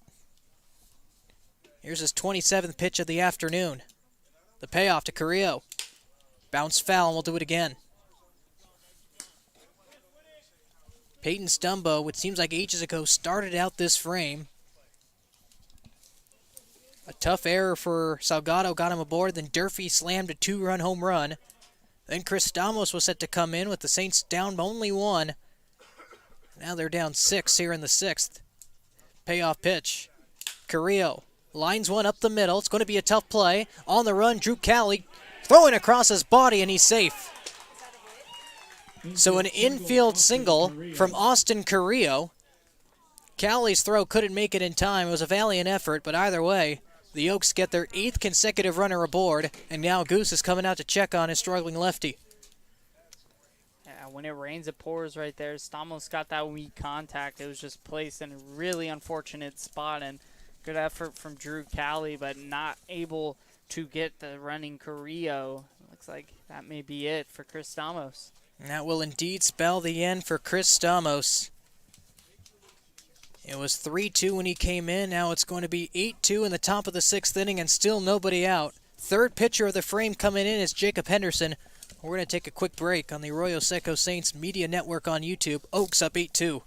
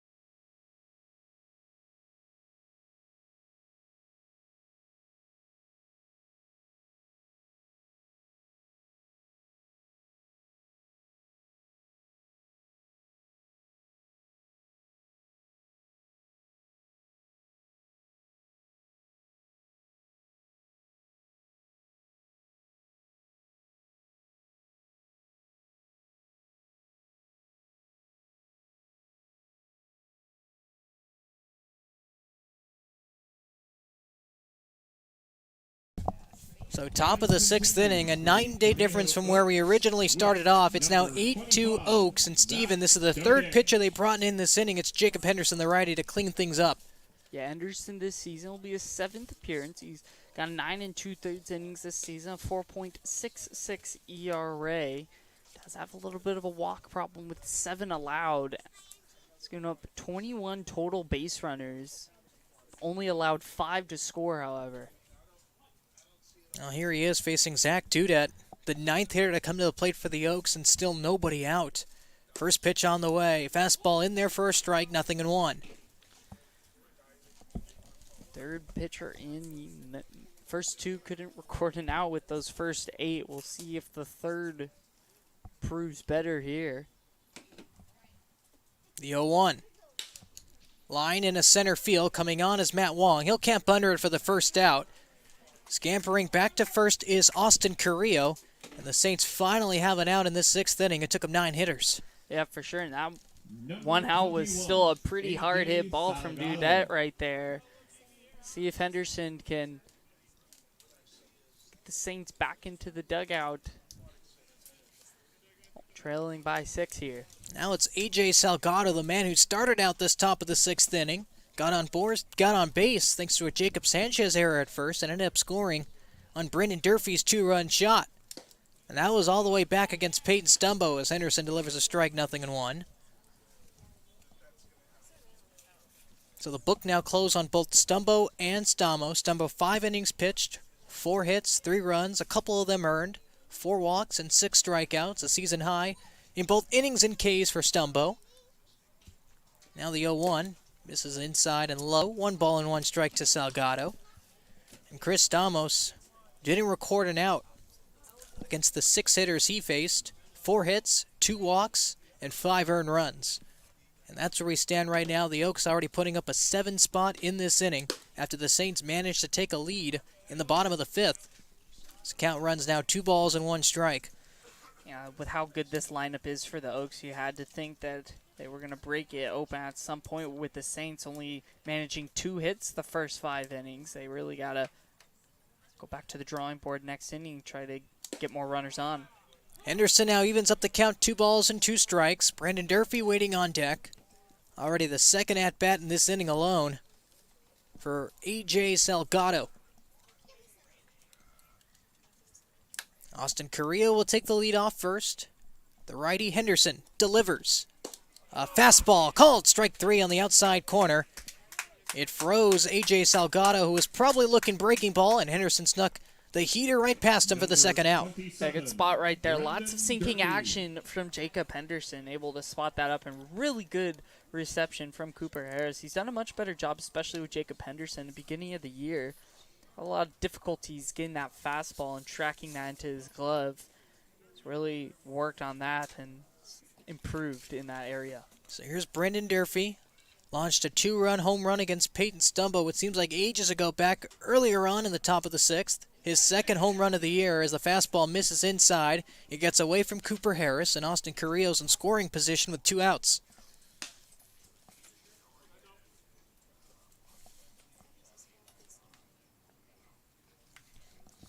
So back-to-back outs from Jacob Henderson. Trying to calm things down here. The Oaks lead at 8-2 in the top of the 6th inning.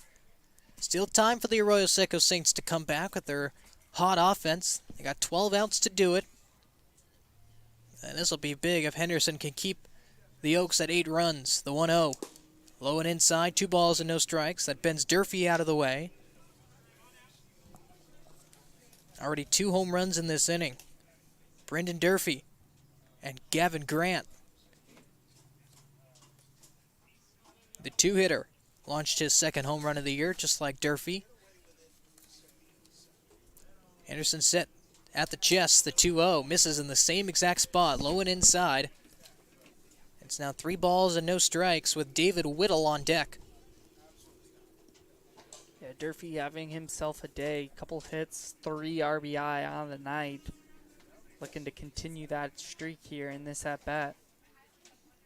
The 3-0. In there for a strike, so Henderson trying to battle back against him. 3 balls and 1 strike. Carrillo still on second base. Oaks with 7 runs already in this inning alone. 8-2 they lead it. And it was only a matter of time before this Conejo team really started to put some rallies together and score runs. The 3-1. Line in a left center field. That'll get down for a base hit. Johnson will charge. Coming home is Correa without a throw. And the onslaught continues for the Oaks. An RBI single by Brendan Durfee. His 3rd RBI in this inning alone. And it's now 9-2 Oaks in the 6th.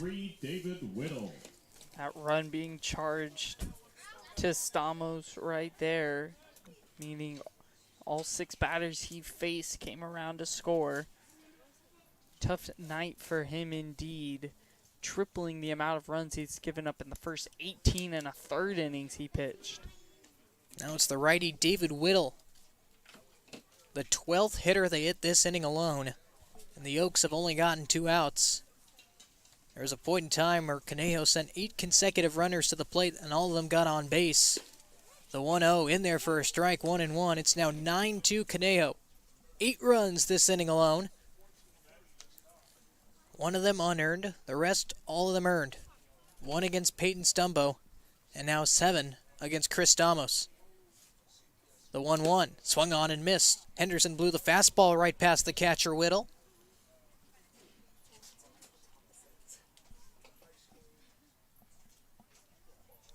1 ball and 2 strikes. Pitch from Henderson. Swung on and missed strike 3. And this top of the 6th inning will mercifully come to an end. 12 hitters stride at the plate. 8 of them in a row reach base at one point. And the Oaks put up 8 runs. And we go to the bottom of the 6th inning. 9-2 Conejo leads. And when we come back, Trayson Vogt will join us for his 6th inning interview. We'll see you then.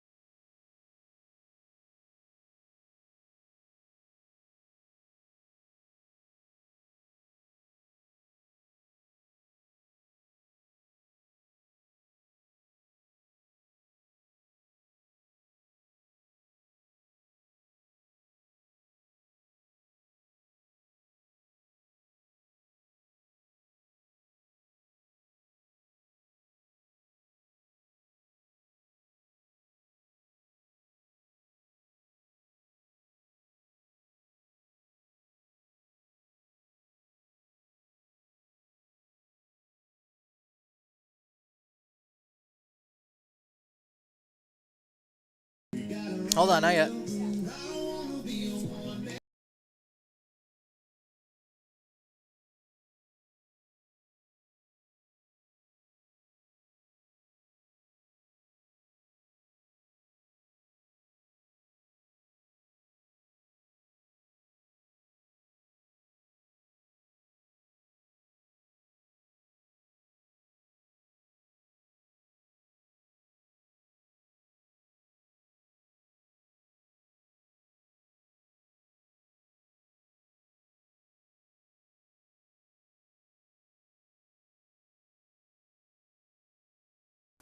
So bottom of the 6th inning at Jackie Robinson Field. This game has flipped night and day. The Oaks now lead at 9-2, and Conejo's having a quick call to the bullpen as Massimo Vega, the new pitcher on the mound for Conejo, and the new man in our booth is Trayson Vogt, starting pitcher for the Saints. Thank you so much for joining us, Trey. What's going on? Glad to be here. Hey, we're good too, and well, it's a different story for the Saints pitching, but we're going to put that aside and talk about your time with the Arroyo Seco Saints so far, and how you've been enjoying it.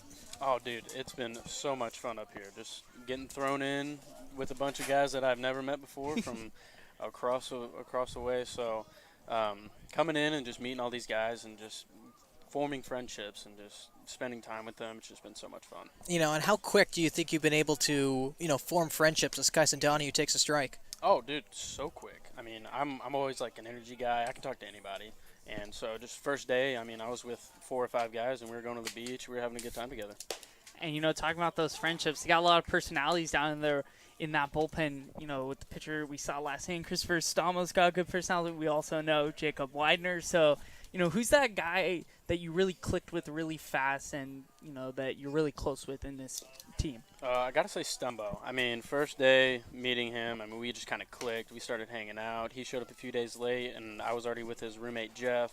And he came, and we went and had lunch together. We went to the beach, and then since then, I mean, we've just been clicking. That's Kyson Donahue in a 1-ball, 2-strike count to Massimo Vega. Fourth pitch from the righty is laced up the left field line and fell. 1 ball and 2 strikes. Tracy, you talked about how you got thrown into this team, a bunch of guys you hadn't met before. And, pitchers, what they like to do is talk to other pitchers about what kind of pitches they throw. And, as a lefty, probably talking to other lefties in that bullpen. Have you talked with any about learning how they're throwing certain pitches, certain tempos that they like to have? Oh, dude, I've learned so much from all these guys. I mean, especially guys from bigger schools who have better teaching, and from what I've learned from, Southwest Missouri, we don't get much out there. So coming in and meeting some of these guys and talking with them, learning so much new things. And personally, I think that's helped me a lot out here because I've changed so much stuff from my arsenal. As Kyson Donahue strikes out swinging on just 4 pitches. That'll bring up Matt Wong. Righty-righty matchup against Vega. Kicks and delivers. A fastball and misses low ball 1.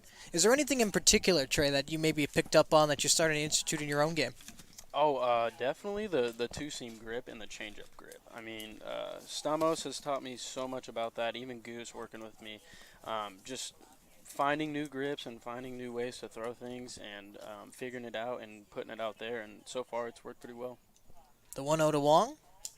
Another Same one. thing, in the dirt. 2 balls and no strikes. And you talked about, coming from Southwest Missouri over here to Southern California, and you already mentioned how you've gone to the beach a couple times, and how you liking the weather over here in SoCal? Dude, the weather's amazing, man. Let me tell you. I love waking up and wearing the same outfit all day. It's awesome. So 2-0 now to Matt Wong. Have you ever been to California before, or is this your first time? This is my first time. Really? Yeah. Got to check out Disneyland if you have a chance. Yeah. Maybe a little on the expensive side. Yeah. No, things are pretty hefty. Yeah, oh yeah, Let things me are tell pretty ya. hefty out here. As Matt Wong quickly ahead of the count 3-0 against Massimo Vega. Kyson Donahue, a strikeout victim to start the bottom of the 6th. Matt Wong will take a strike now, 3-1.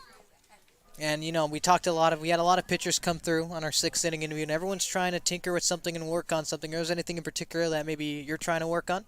Right now, I'm trying to work on just like league legs, staying in my backside, reaching out front. It's a whole process, everything that we do, and that's kind of what gets looked over a lot with whenever guys like in the stands or kids are like watching, like, why can't they throw a strike? We got a lot of stuff going on in our head. We're fighting demons in there, and we're trying to figure out where the little part of the machine that's not oiled enough. And so finding that is just very hard to do out there. It's an ever-changing art. It really is. It very much is, yes. So Matt Marlowe steps up to the plate against Vega. Wong got the free pass on 5 pitches. Saints trying to battle back here down 9-2. That pitch misses outside and low ball 1.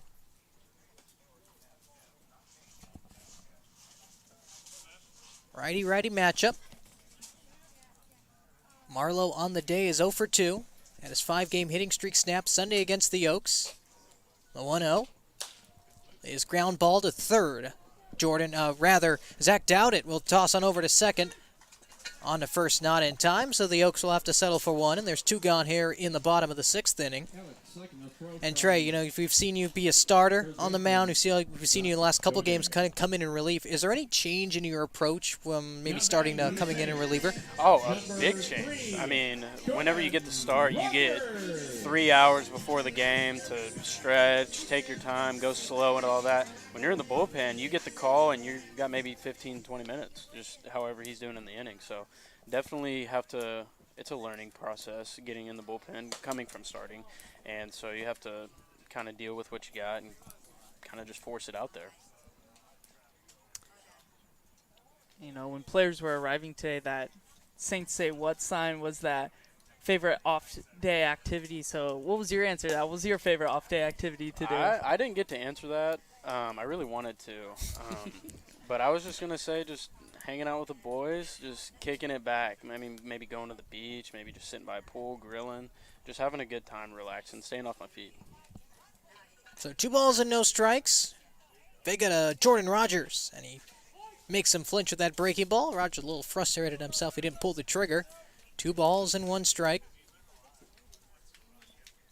And Trey, can you talk about what your recruitment process was like coming from the Saints and from Crowder College? Did Coach Mayor Milam call you up, or did your coach tell you what was going on? I heard of the Saints through my buddy Jackson Cobb. He played here last year, and so just going through it and trying to find a place to play this summer. Was thinking about going to Florida, thinking about going to Northwoods, heard about something about the Alaskan League. And then my buddy Cobb goes, hey, why don't you come out here with me? And then a few days later, here's Nick Gorman, here's Milam, all talking to me. And it was a very fast process. And once I heard what they had to say, I was in. A 3-1. Vega set at the chest. The pitch is laced into deep left field. Racing back is Get going, baseball. Tyler Glowacki, and it is off of the wall for a base hit. Matt Marlowe will score on an RBI double by Jordan Rogers. So it's a start. It's now 9-3 in the bottom of the 6th after Rogers ripped a double down the left field line. And it's now a 6-run game in the bottom of the 6th inning. This field is not really kind to those right-handed hitters with that wall out there. That's something you don't see every day either. Yeah, Big 374 to left field. 345 to right. And the 364 to it's center. weird dimensions. You don't see much of that in Missouri, let me tell you. What was the first reaction you got when you saw those dimensions coming here? Rip to the righties. Good luck. Well, there's 2 outs for Max Blessinger. Now Rogers on second base. 9-3 in the bottom of the 6th inning. Vega set. Blessinger will foul that one off to the right, 0-1. And once again, Trace and Vogt, thank you so much for joining us, and man. good luck the rest of the way. Thanks for having me, guys. Appreciate it. So bottom of the 6th innings, now 0-1 the count to Max Blessinger. 9-3, the Conejo Oaks still out in front by 6, but Rogers taking a small little bite out of this lead, and that's what Arroyo has to do. Continue to take little bites as Blessinger takes low 1-1.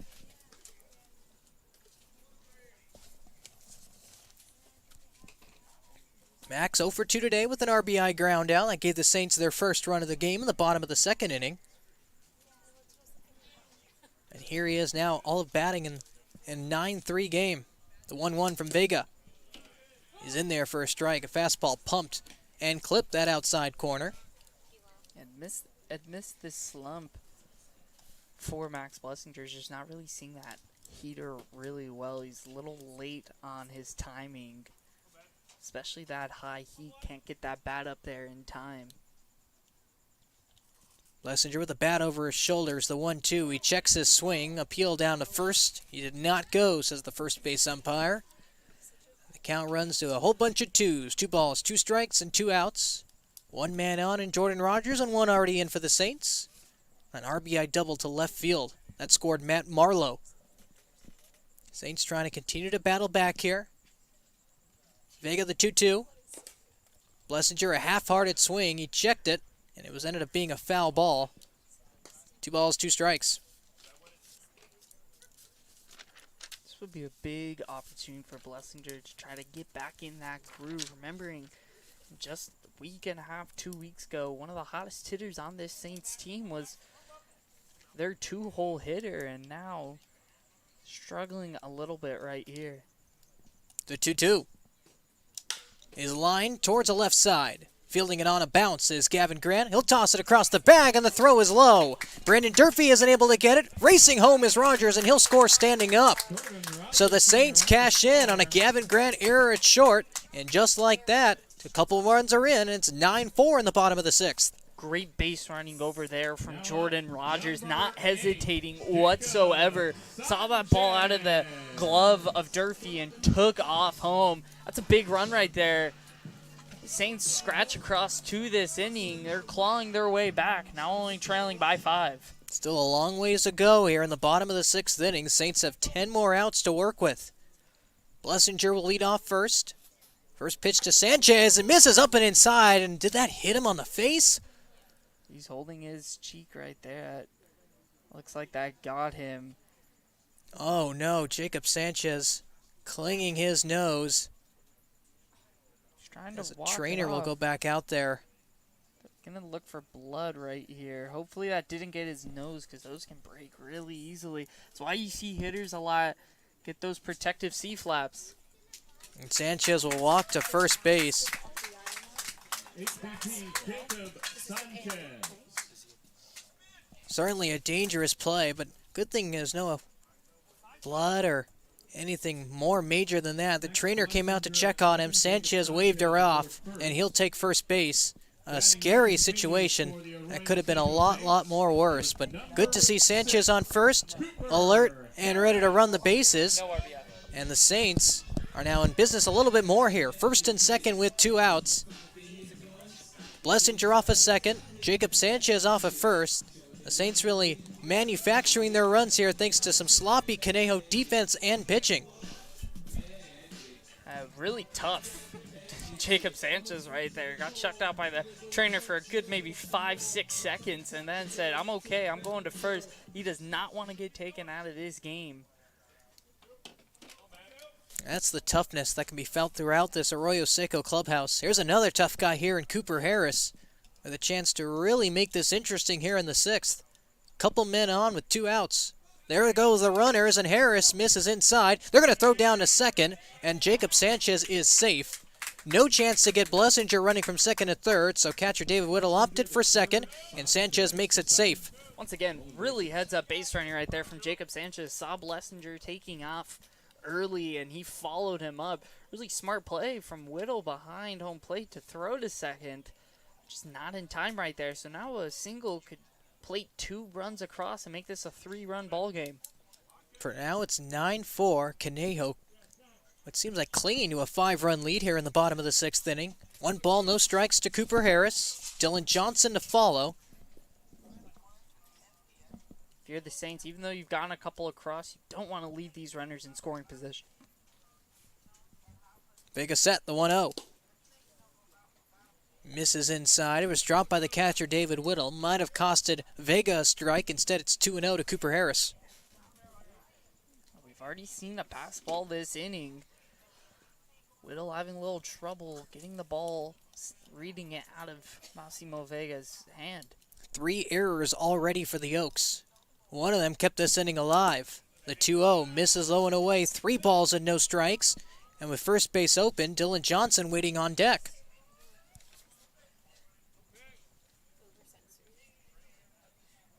And with 2 outs, Max Blessinger bounced the ball over to the shortstop, Gavin Grand. The throw was low. Durfee was unable to dig it out. That allowed Blessinger to get on. Sanchez was hit by a pitch, and now Cooper Harris will take a strike to make it 3-1. Vega trying to fight back. Still, if you're Harris, you really got to sit on a pitch with a base open, even though it's the top of the order. Vega's may not give Cooper Harris good pitch to hit here. 7th hitter of the inning is Cooper. And he laces a ball in the left field. Tyler Glowacki is there, though. It was hit hard, but right at the left fielder Glowacki, and that will end the inning. But not before the Arroyo Seco Saints strike for 2 and make this a little more interesting as we go to the 7th, 9-4. The Oaks lead.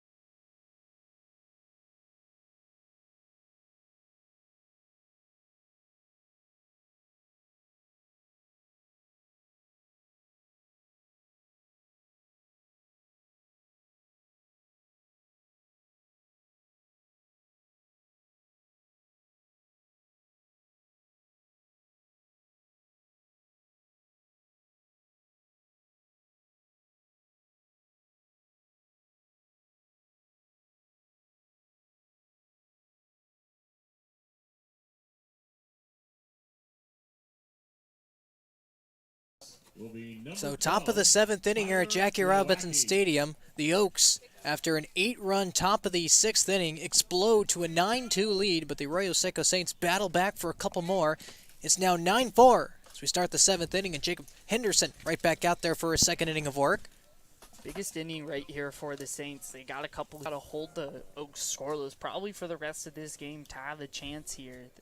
They need Jacob Henderson to throw up a 0.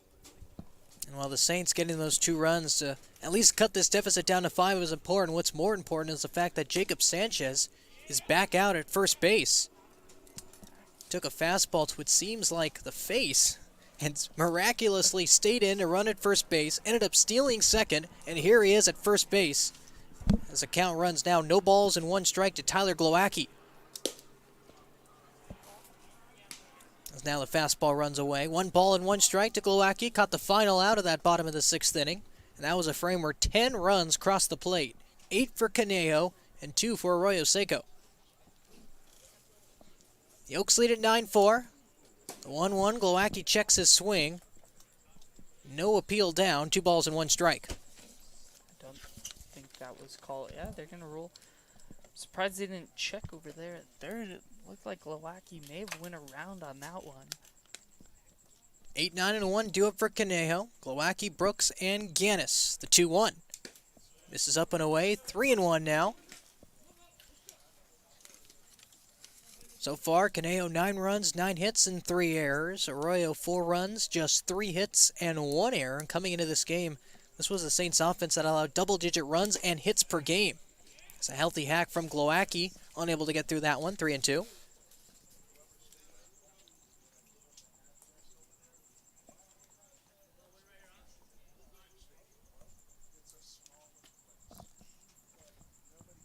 Payoff pitch to the left-handed hitting Glowacki. He is fouled back to the screen, and we're going to need a 7th pitch of the SAB. It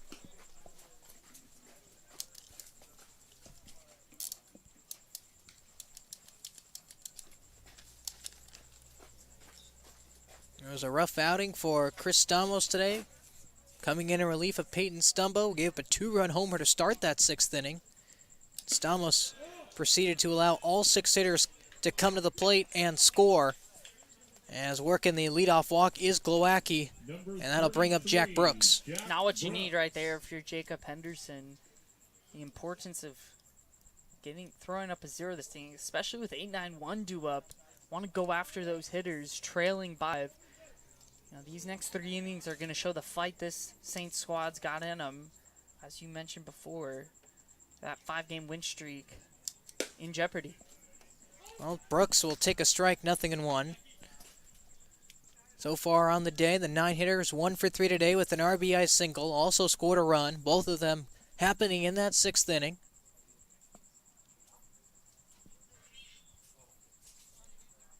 The earned run and run for Brooks charged to Stamos. The 0-1. Fouled off the screen on the left side, 0-2. These Saints pitchers, mostly just coming from Payne Stumbo and Jacob Henderson, have done a really good job of getting ahead of hitters. It's just a matter if they could put them away or not. These Oaks really doing a good job of staying in counts. The 0-2 is a called strike 3 right down the middle. Got him with the breaking ball, fooled him there. Good morning, good afternoon, good night. Jack Brooks is down on just 3 pitches. Second time down on strikes of the 9 hitter. And that'll bring up Tyler Gannis, today's right fielder. And the CCL's leading hitter, 2 for 4 on the day, including a key play where he showed bunt, took it back, and slashed it over the head of a charging Jacob Sanchez at first to get him on base. That really fired up the Conejo dugout.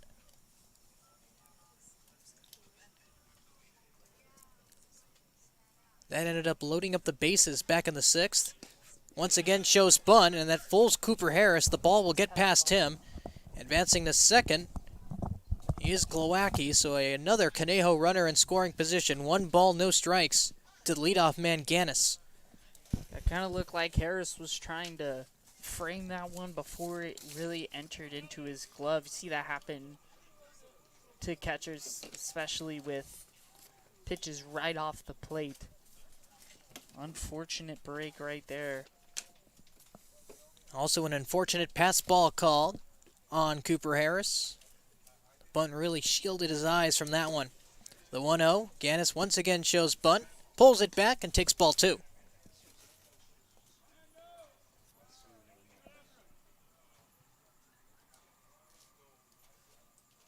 Gannis, despite hitting .440 on the year, mostly a leadoff hitter, and because of that, doesn't get many RBI opportunities. He only has 3 of them on the year. He's got number 4 on second base, though. That pitch misses up and away. 3 balls and no strikes with Gavin Grant on deck.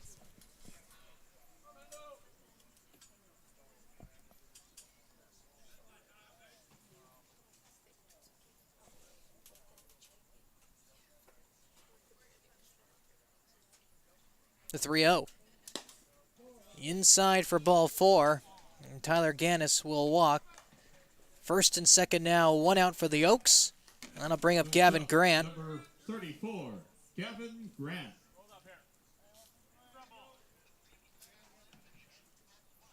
This is a guy you really don't want to fall behind.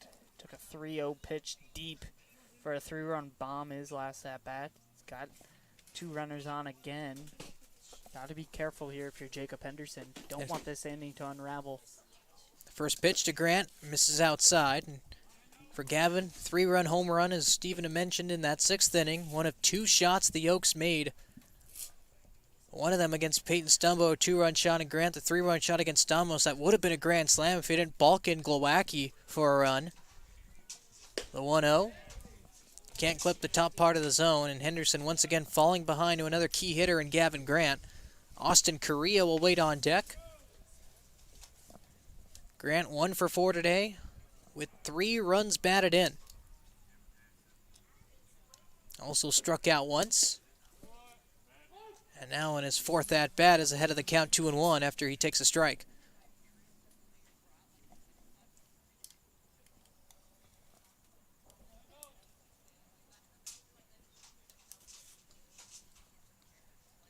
First and second, 1 out. A 2-1 from Henderson. Misses away.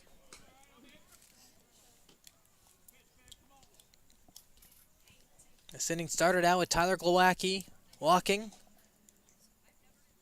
Then Jack Brooks came in, struck out looking rather.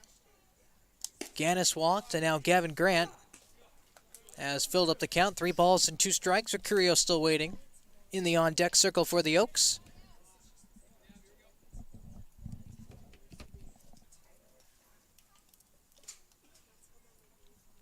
Top of the 7th inning, Conejo a 9-4 lead, trying to stop the Arroyo Seco winning streak at 5. As taken outside for ball 4 is Grant, and the bases are loaded with 1 out. And quickly out of the dugout is Goose to talk to Henderson. With Austin Carrillo ready to go, striding to the plate with 1 out, and the bases loaded.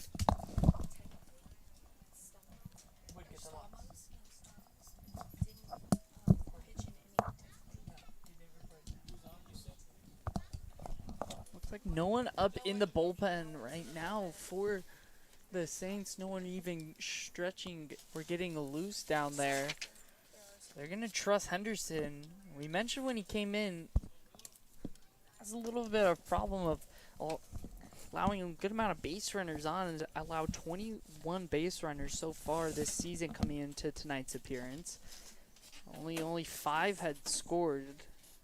Really excels at escaping jams. We saw that in that 5-inning relief appearance a couple weeks ago in Santa Barbara. And speaking of Santa Barbara, the Foresters will come to town tomorrow. First pitch setting for 6 o'clock, a mini 2-game series against the first-place team in the CCL, as the Saints will head on over and return the favor in Pershing Park on Thursday. Like Drew Zittle getting up and loose on the CCL in that South Division. Only one other game going on. The Riptide leading the San Luis Obispo Blues 2-0 in the top of the 8th. First pitch swinging is Carrillo. Fouls it back to the screen, 0-1. And if the results hold and the Riptide win and the Saints winning streak comes to an end, Arroyo Seco will only be a half game up on the Riptide for 3rd place in the CCL South Division, and more importantly, that final playoff spot. Still a lot of baseball left to be played, though. Saints ready to embark on a 6-game and 6-day streak. As Correa will foul that one away, 0-2. Still one out and the bases loaded for the Oaks. Yeah, for sure. If the Saints don't come back to win this one, they really got to put this one behind them really quickly because, like you said, first of 6 games and 6 days have not done that yet before. Lots of baseball in this final half of the season. Henderson set at the chest, the 0-2. Once again fouled away, so 3 pitches, 3 foul balls for Austin Carrillo. And the umpire's going to call for a few more baseballs as Zach Duday is on deck.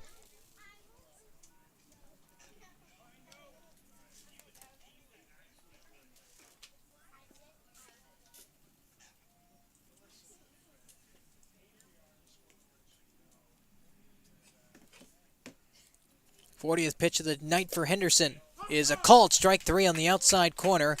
So Jacob Henderson, the righty, makes easy work of the .357 hitting Austin Carrillo, but he's not out of the woods quite yet as Zach Duday will stride to the plate. Lots of trouble for the Oaks tonight. That's already their 6th called third strike of the game. So they've put up a 9 spot. They've struck out a good amount of times tonight.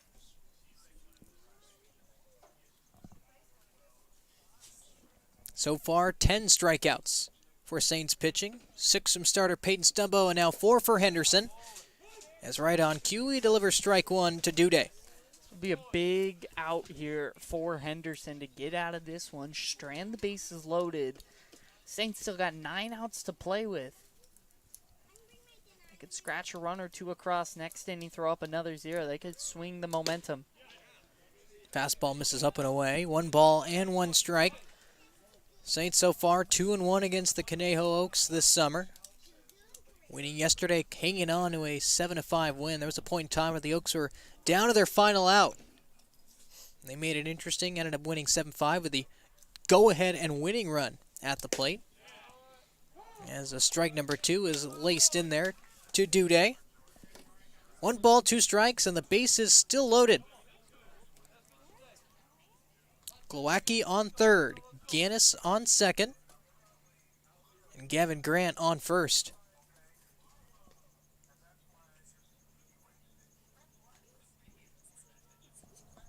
The 1-2 to Duday. It's fouled back to the screen. 5th pitch of the at-bat coming up. You got to force out anywhere if you're the Saints. So a ground ball. Don't have to make that long throw to first. You can just tag your bag out. Infield is back. Outfield shaded towards the right, led by Matt Wong playing more so right center. And they won't need any fielders there as Jacob Henderson will strike out Zach Duday with a breaking ball low and away. Got him swinging for the 11th strikeout from Arroyo Seco pitching today. But still, we go to the bottom of the 7th inning. Oaks, a commanding 9-4 lead on this Tuesday night.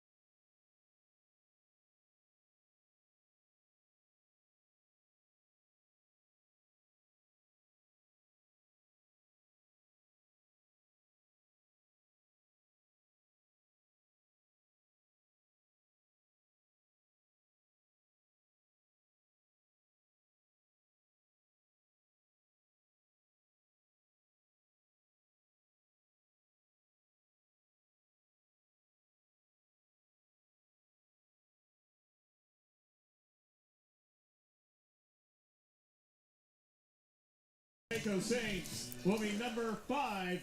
Bottom of the 7th inning, Saints down by 5, but they got the right spot in the order to make something happen here. Dylan Johnson, Drew Cowley, and Kyson Donahue. 1, 2, 3 due up in the bottom of the 7th against Vega. Yeah, Dylan Johnson, his last at bat, got that go-ahead RBI single back in the 5th inning. It's a completely different game now as the Saints trail by 5. First pitch from Vega is a 30th pitch of the night, and it misses outside, ball 1. So far for Vega, 14 balls, 14 strikes compared to 16 misses. 31st pitch on the way from the righty. Hesitates and deals, and Johnson pops it up. Foul towards the left side and near the Saints bullpen down the third baseline, 1-1. For Saints to have a chance in this game, they need to put up at least 1 run here to keep that momentum away from the Oaks dugout. Johnson ahead of the count, 2 balls and 1 strike. DJ 1 for 3 on the day. Only hit, of course, that RBI single to left. That, for then, gave the Saints a 2-1 lead, but the Oaks battled back for 8 runs in the top of the 6th inning. Saints at least got a couple back in the bottom of the 6th. That's where we stand right now, 9-4. As Dylan Johnson ahead of the count, 3-1, a key base runner, should he get on.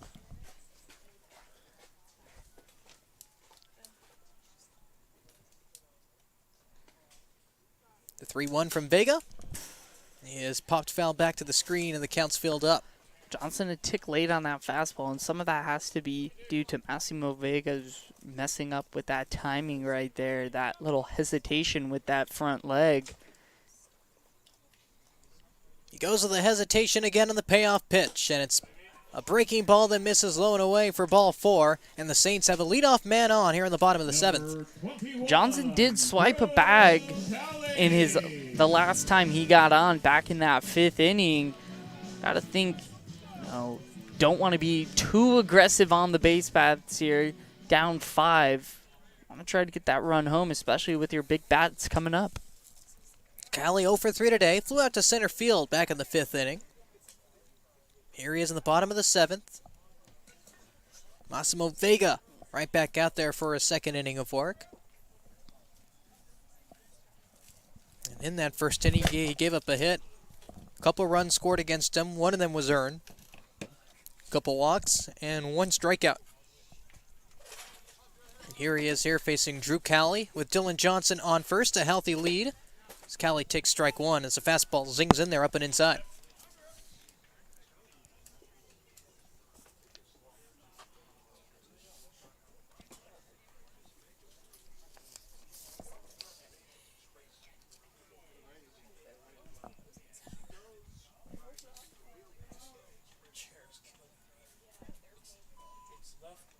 Here's the 0-1. Breaking ball in there for strike 2. Callie quickly in a hole.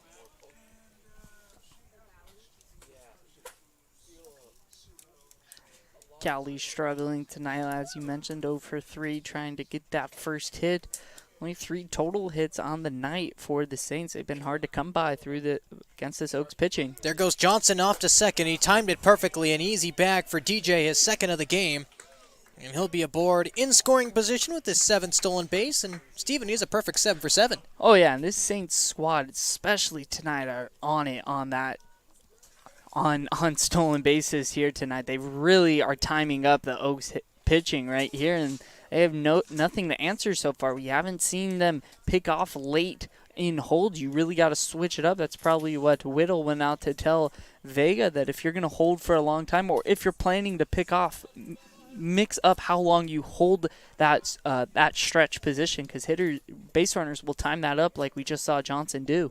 The Saints continue to run wild on the bases now with 82 stolen bases on the year. They've only been caught 10 times, and now advancing to 3rd on a wild pitch is Dylan Johnson. David Whittle couldn't handle it as Drew Callie has battled back to make this a 2-ball, 2-strike count, and all of a sudden, that run, that all-important run you said, Steven, earlier, 90 feet away. Yeah, now with the runner on 3rd, no outs, at the minimum, got to score him here on a simple ground out with the Oaks infield back. Maybe we can try to get a 2nd run as well. Just the importance of trying to keep that little momentum that you may have after throwing up a 0 last inning. The 2-2 and the dirt ball 3. So 3 consecutive misses for Massimo Vega after he had Drew Callie in an 0-2 hole. Kyson Donahue waiting on deck. We saw last inning for Vega when he missed badly, walked one in Wong, and then also, remembering, hit Jacob Sanchez in the face. Now it's a payoff pitch. That'll be bounced towards the shortstop, Gavin Grant. He'll toss over to first for the first out, but he put the ball in play. That allowed the speedy Dylan Johnson to score. And with one out in the bottom of the seventh, it's now 9-5. Conejo leads. Good job on Cali getting the runner home. Now the big bats in up 3-4-5 here. Got to try to score, maybe scratch across another run, trailing by 4 here. Got 8 outs to play with. Still got a good amount of baseball if you're the Saints, and we've seen this season they have some late inning magic in them. Do they have some on this Tuesday night, though? That's the question. Kyson Donahue strides to the plate. 0 for 2 today. Been a strikeout victim twice. Also got on base with thanks to a walk. And Vega will start him off. Strike one with the breaking ball. Matt Wong will wait on deck with only one out, and if anyone gets on, Matt Marlowe will follow. Vega back in the windup with nobody on base. That means his hesitation move is on display as Donahue takes up and away.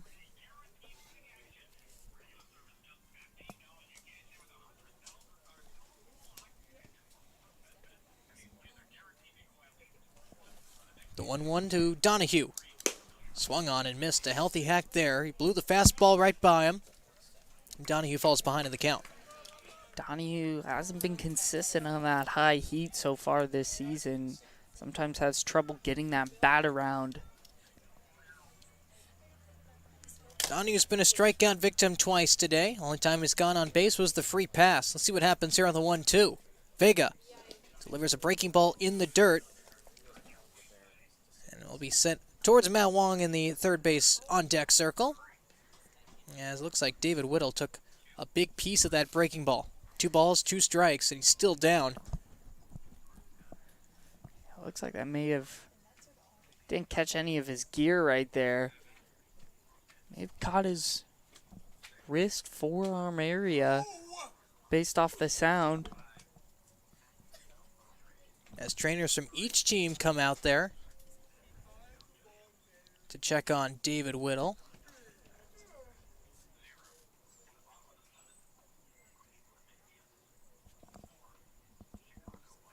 Certainly something you don't want to see. It looked like it was a routine stop as the ball might have kicked off of home plate or maybe a chunk of dirt and dumped right into his wrist. That's what they're checking on right now, that left wrist. This Conejo trainer.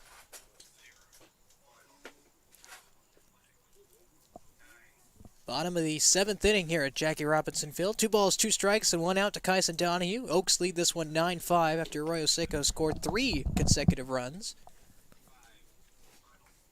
Rendezvous behind home plate will end, and David Whittle will come out of this ball game. A new catcher will be brought in by the Oaks. So something you definitely don't want to see, especially late in this ball game in the bottom of the 7th. David Whittle out with an injury, and the new catcher will come in. It'll be number 22, Colin Heineck from Georgia State. You've seen him a lot from the Arroyo Seco Times playing at Thousand Oaks. So we're going to take a short break on the Arroyo Seco Saints Media Network as the newly minted catcher Colin Heineck will take some warm-up pitches from Massimo Vega.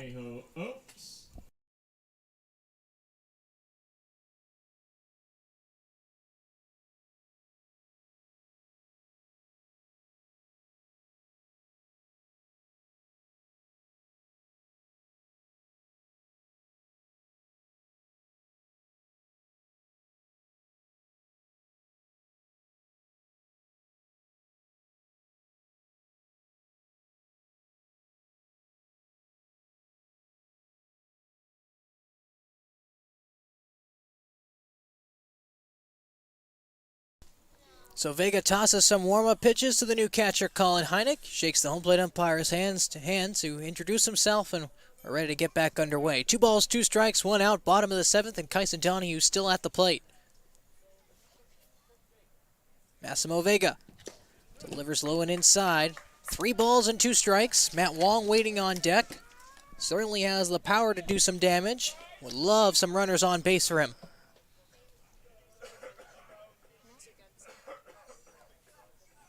Payoff pitch misses up and away for ball 4. And the second walk of the inning will allow Kyson Donahue to be aboard at first base with 1 out. And the power-hitting Matt Wong striding to the plate. And even though Massimo Vega got some time to warm up with the replacement of Colin Hynek, that really messes up with your timing and tempo and all your rhythm that you had. Really throws you off after the long break. Throws a couple balls, and now Kyson Donahue's on first. Saints can make this game a little more interesting. They could string together a couple hits here. They need base runners. Down by 4 in the bottom of the 7th with 1 out. And that's not what they needed there as Matt Wong pops it up in a shallow right field. Jack Brooks will make the catch right on the cut of the infield. Donahue will stride back to first, and there's 2 outs now for Matt Marlowe. Yeah, you said it, not what the Saints needed. First pitch swinging. We've seen Wong really aggressive early in counts this season. Just missing that one, getting under it. A little late on that. Now it's going to be up to Matt Marlowe. Marlowe 0 for 3 on the day. Got on base with thanks to an error. Also scored a run. Struck out. And here he is. Taking a strike on the outside corner for Massimo Vega. 0-1.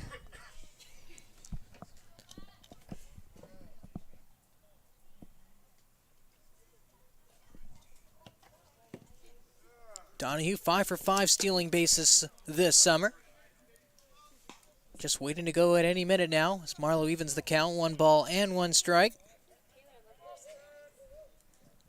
So far, 2 home runs and 10 RBIs this year for Matt Marlowe, coming into this game hitting .246, but don't let that average fool you. It was much, much lower at one point. And it was the Central California road trip that really got him hot. And ever since then, he's had a 5-game hitting streak that was just snapped on Sunday, continuing to hit ever since. And despite the slump, he continues to be that tough hitter to strike out he's always been.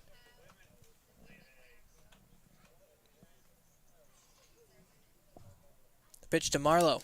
Swung on and missed, strike 2.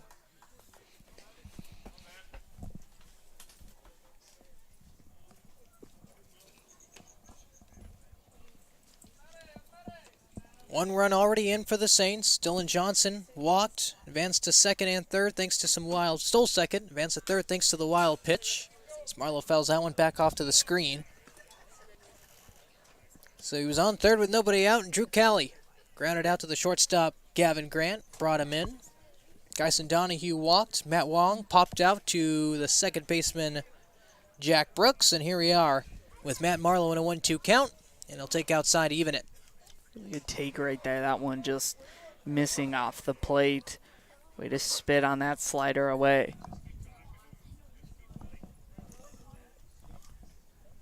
Vega ready for his 54th pitch of the night. And it gets away from the new catcher, Colin Hynek. And the count's now 3 balls and 2 strikes. Donahue will take second.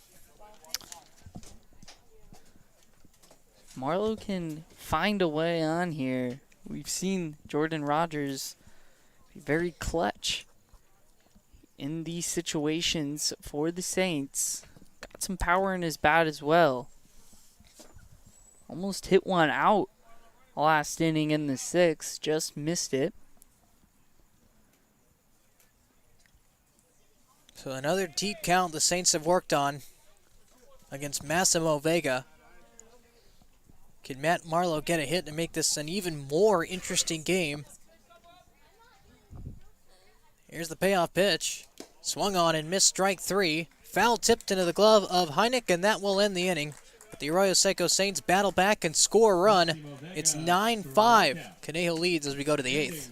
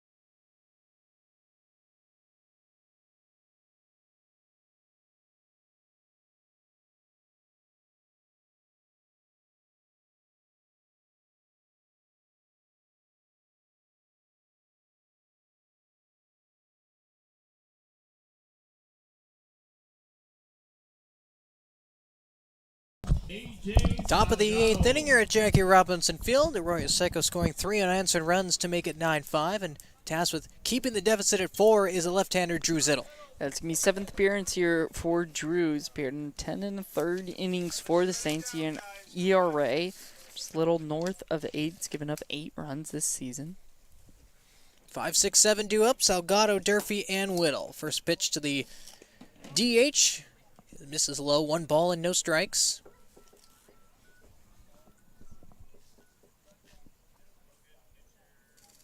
Second pitch. Misses up and inside. 2-0. Zittle does have a walk problems. Allowed 11 walks in those 10 1/3 innings.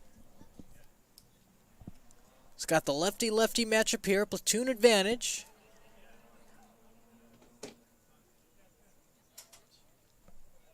And Salgado will step out. Yeah, Saints going with the touch signs here instead of the fingers down. The 2-0 skips in there for ball 3, so Big Z having a little bit of trouble finding the zone to start out this top of the 8th. If anyone gets on, Tyler Glowacki, the hitter, will be due up.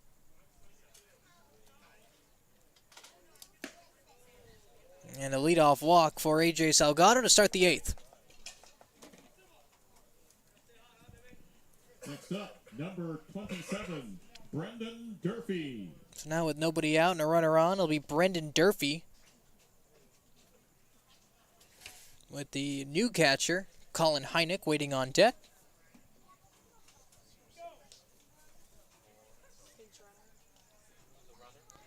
Looks like Cody Solak is going to pinch run over there for Salgado.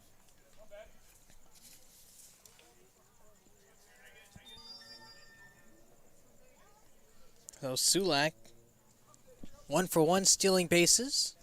Maybe trying to give Delgado a quick rest. Salgado, rather. As it delivers a first pitch fastball pumped in there for a strike. Durfee's been on base all 4 times today. He's 3 for 4. Got 3 RBI on, or 4 RBI, sorry, on the night. As that ball is sent into left field, that'll dump in right in front of Dylan Johnson for a base hit. So the first 2 runners are aboard. Salgado, a 4-pitch walk, and now a single from Brandon Durfee. Yeah, 4th hit of the night for Durfee, and 3 of them, the 3 singles have been to that left field side, just really working the ball the other way. And, of course, that monstrous home run back in the 6th. So Cody Sulak, who pinch ran for Del Salgado, is on second base. Brendan Durfee now will take his lead off of first. He's now 3 for 4 on the day with 4 runs batted in. A thorn in the Arroyo Seco side all night long, especially in that 8-run top of the 6th inning that really blew this game open. It might be the reason why Conejo stops this Arroyo Seco 5-game winning streak. The 1-0, 1-1. You know, one thing the Saints haven't done well today is, you know what Coach Aaron Malum says, winning that freebie war. 10 walks allowed by Saints pitching. Only 4 walks allowed by Oaks pitching. The 1-1 from Heineck misses up and away, ball 2.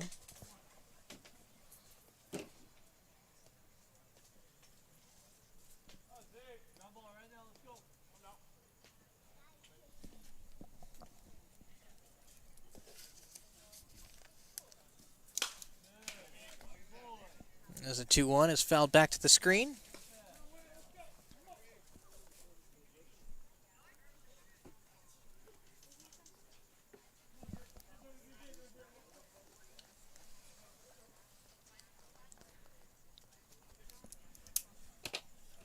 Still nobody out. 2 runners on base. The 2-2 fills up the count.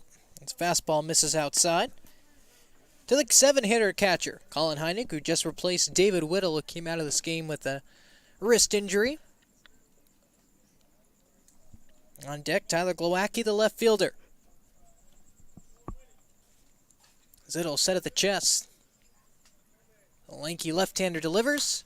A fastball that is drilled to left field. That'll get out of here. Foul. A little bit early on it was Heineck. We'll do it again. A payoff pitch coming up. You know, one of the biggest reasons the Saints have gone on this winning streak, that 5-game winning streak, yes, their offense has really surged lately, but that pitching's also backed them up. And though they give up some hits here and there, they've really done a good job limiting those walks. Payoff pitch is up and away for ball 4, and just like that, the Oaks have loaded the bases in just 3 hitters. Now it's Tyler Glowacki, the 8-hitter, coming up. 12, Tyler Glowacki. So AJ Salgado started this inning out with a walk. Cody Sulak ran for him. Then Brendan Durfee dumped a base hit into left field. Colin Heineck, the catcher, walks, and now Tyler Glowacki takes outside for ball 1. These misses from Zill not super close to the zone, having a little difficulties here. Can't get into a rhythm. Infield back for the Saints with the corners in. That ball's lined into right field. Blessinger coming on. He'll make the catch on the run. Tagging and scoring is Sulak, so the Oaks will get a much-needed insurance run. They put up a 10 spot on the Saints. It's 10-5 with 1 out in the 8th. And if you're the Saints, that one's got to be lucky right there. Glowacki really pieced that one. Really good jump off the ball by Max Blessinger, getting that one in quick as well. So Glowacki now 0 for 1 on the day. It's been on board 3 times with 3 walks, and it gives away to Jack Brooks. 1 for 4 today with an RBI single and a run scored. Both of those happening in that 8-run top of the 6th inning that proved to be costly so far for the Arroyo Seco Saints. Coming into that frame, the Saints were up 2-1 thanks to a Dylan Johnson RBI single. And the Oaks exploded for 8. And now they're up 10-5. 1-1 now. To Jack Brooks with Tyler Gannis on deck. Zittle's heater's missing high right now, not getting that arm slot right. Having little difficulties with the release point as well. Getting those fingers above. The 1-1 from Z. It's a breaking ball. Perfectly placed right there. 1 ball and 2 strikes. One of the best breaking pitches we've seen from Zittle today. Started at the chest and snapped right in there and hit Cooper Harris right on the mask. Lefty-lefty matchup. Zittle versus Brooks. Can Big Z put him away? That ball's lined into right field. Max Blessinger doesn't even have to move. Will make the catch for the 2nd out. They'll toss on over to 3rd. Rogers will scoop it on the hop, but not advancing is Colin Heineck. And the Oaks now have 1st and 2nd with 2 outs, and the lineup will flip over yet again. Tyler Gannis will stride to the plate for the 6th time tonight. Yeah, Brooks just missed that one off the end of the bat right there. And the Riptide also around the CCL South did hold on to win 2-1 against the Blues. They now pull within a half game behind Arroyo Seco Saints here. That would be a half game should the results hold. Top of the 8th with 2 outs. Tyler Gannis fouls that one back. Tyler 2 for 4 on the day. Had a walk and a run scored. Like I mentioned earlier, he's a leadoff man. Doesn't get a lot of RBI opportunities, so despite leading the CCL in batting average, he only has 3 runs batted in. Got an RBI opportunity here, a couple runners on. He had 1st and 2nd and his at-bat back in the 6th on that slash hit. That ball's bounced on over to the shortstop, Donahue. Stepping in front of him is Rogers on the run. The throw is not in time. It was a little bit of an in-between play for Donahue. Rogers said, I got this, stepped right in front of him. That likely would have been the only chance Arroyo Seco had to get the speedy Gannis. Rogers couldn't get him anyways, and Tyler is now 3 for 5 on the day. He's been on base 4 times, and the bases are loaded once again for Conejo in Gavin Grant. Yeah, it's been a little difficulty with the communication between Jordan Rogers and Kyson Donahue right there. Rogers hesitated just a little to go get that one. Breaking ball misses though to Grant, who's 1 for 4 on the day with 3 RBIs, and 2 of them coming on that 3-run home run, to center field off of Chris Stamos. That was the 2nd to last hitter he'd end up facing. Has an ugly line so far for him. 4 hits, 6 runs, 5 of them earned, and 2 walks. Now Drew Zittel with the bases loaded. 2-0. That ball's bounced right up to the shortstop Donahue. Underhand flip to Drew Kelly will end the inning. Not before the Conejo Oaks strike for 1 thanks to a sacrifice fly from Brooks. And we go to the bottom of the 8th inning. It's now 10-5. The Oaks doubling up the Saints.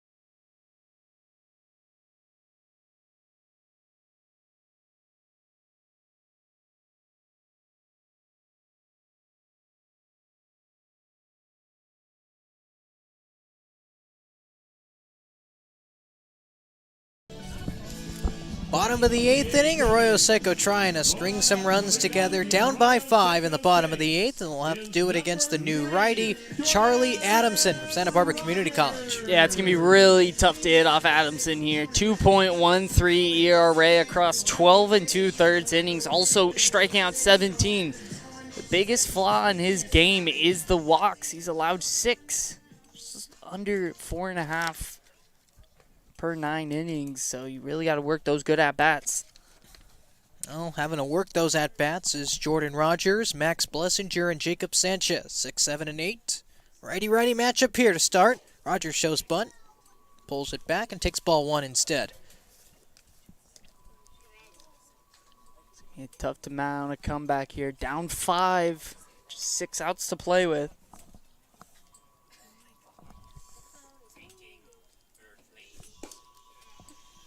As the 1-0 pumps in there for a strike, 1-1. Bottom of the 8th inning here. The game has now hit the 3.5-hour mark. Conejo down 2-1 going into the top of the 6th inning, has scored 8 runs as Jordan Rogers flips that one to the shortstop, Gavin Grant. Toss on over to first, it's low, and unable to pick it is Brendan Durfee. So Jordan Rogers will be aboard on first. We'll wait for the scorer's decision on that one. And now striding to the plate with the man on is Max Blessinger. Yeah, even though a good throw may have got him, that was an extremely tough play that shortstop Grant made look pretty easily, but I think that's got to be ruled a hit right there. The hometown score is in. It is a hit. Infield single for Jordan Rogers. He's 2 for 3 on the day now. He's got 2 of the 4 Arroyo Seco hits. Now he takes a healthy lead off of first. Righty-righty matchup here. Adamson versus Blessinger. And the second base umpire will call a balk. That'll allow Rogers to get into scoring position with nobody out. So, partner, I haven't seen a walk in any of the games I've done this season. Coming already into seen this two. game, we've seen 2 today. Chris Stalmos with one back in the top of the 6th. That actually allowed a run to score. You know, what hitters are taught to do on box you normally see is swing at all costs, because the Saints would have the opportunity to choose what outcome they would want. Max Blessinger digs outside for strike one.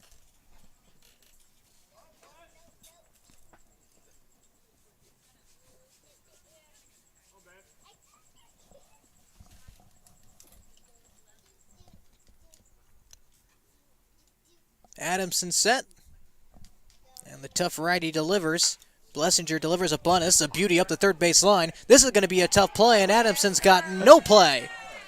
Max Blessinger. Could that be the hit that breaks the slump? Yeah, a bunt up the middle. A bunt up the third base line, rather. And the Saints have him corner with nobody out. That's what I was going to say, Anthony. That could be something that could get him going. He's showed before. I was interested to see if he tried to bump for a hit or bunt for a sack, because down 5, you need traffic on the base pads.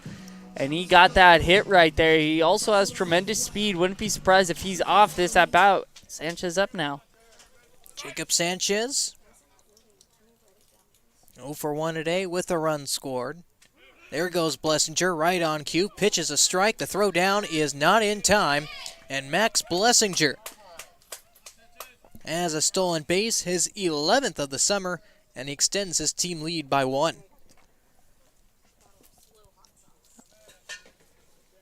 So Sanchez now batting with a couple of runners in scoring position. Still nobody out. Ball put in play will make this a 4-run game once again. Adamson worked himself in some early trouble as Sanchez rips a ball down the third base line. That's a fair ball. Rogers will score. Racing home is Blessinger. And Jacob Sanchez, just like that, has made this game a little bit more interesting. A double down the left field line to make it 10-7. Yeah, that sheet is perfectly okay right there from Jacob Sanchez. Remembering back his last at-bat got hit right on the face. And this at-bat knocking home too. The Saints now, they're just down by 3 here. It'd be a safe situation in the 9th inning for the Oaks. The Saints have really battled back in this game. How about that, from getting hit in the face and having the trainer come out to check on you to lacing a double down the left field line. It's miraculous enough that Sanchez stayed in the game.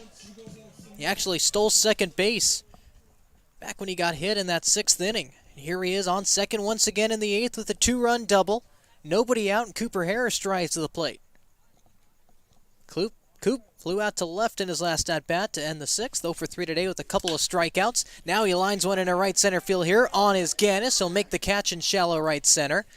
Scampering back to first is Sanchez. And there's one gone in the bottom of the 8th. Harris just a little light on that one. We've seen a couple times this season on that inner half fastball, he really laces it down the line or into that left center gap. Just did not get the timing down there for the first out. Now here's the Saints leading hitter, and if he can get on base, the tying run will be up. Cowley on deck. Lefty-righty matchup here. Johnson 1 for 3 today. RBI single to left.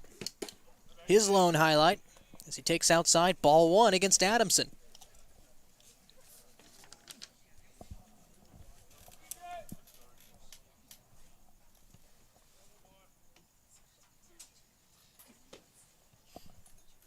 Sanchez leads off a second. The 1-0. Missed up and inside. That sends Johnson stumbling to the ground. 2 balls and no strikes. Drew Cowley still waiting on deck, representing the tying run. Yeah, that's something that will wake up a player right there. Fastball high and tight, brushing you off the plate. 7 runs, 6 hits, and an error for the Saints. 10 runs, 11 hits, 3 errors for the Oaks. The 2-0 from Adamson. Swung on and missed, strike 1. Foul tipped into the catcher's mitt. It's a new catcher, Colin Heineck, back there, replacing the injured David Whittle.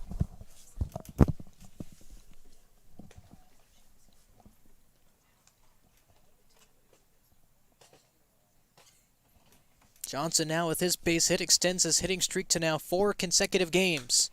Can he get on base here? Fouls it back to the screen, 2 balls and 2 strikes.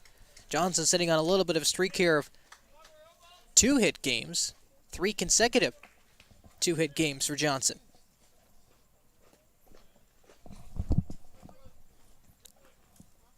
The leadoff lefty, 6 for his last 14 at the plate. Coming into today, the 2-2, misses outside, counts filled up.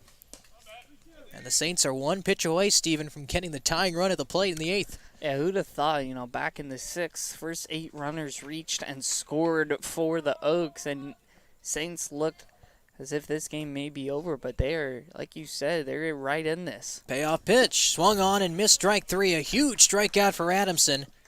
Exit stage left for Dylan Johnson. It's back-to-back outs for the Saints. Jacob Sanchez still on second, and Drew Cali now will try and hit him in. Yeah, looks like Johnson may have swung at ball 4 there. I like the aggressiveness, not looking for a walk, looking to get a hit, but just chasing one out of the zone. Unfortunate for him, and now Saints down to their final 4 outs of this game. Cali taking an 0 for 4 game into today. RBI ground out. Takes low and inside, ball 1. The ball will get away from Colin Hynek, and just like that, Jacob Sanchez will advance to third. So a hit of any kind will make this a 10-8 game. And what it also means, Sanchez getting over to third, is we've seen a good amount of pass balls these past few innings for the Oaks, and with the new catcher in Colin Hynek, he may not be, really puts pressure on him to keep the ball in front.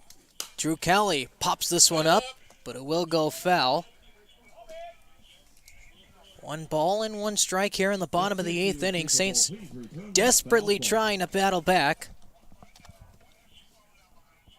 Ever since the Oaks scored 8 runs in the top of the 6th, Arroyo Seco actually outscoring Conejo 5-1.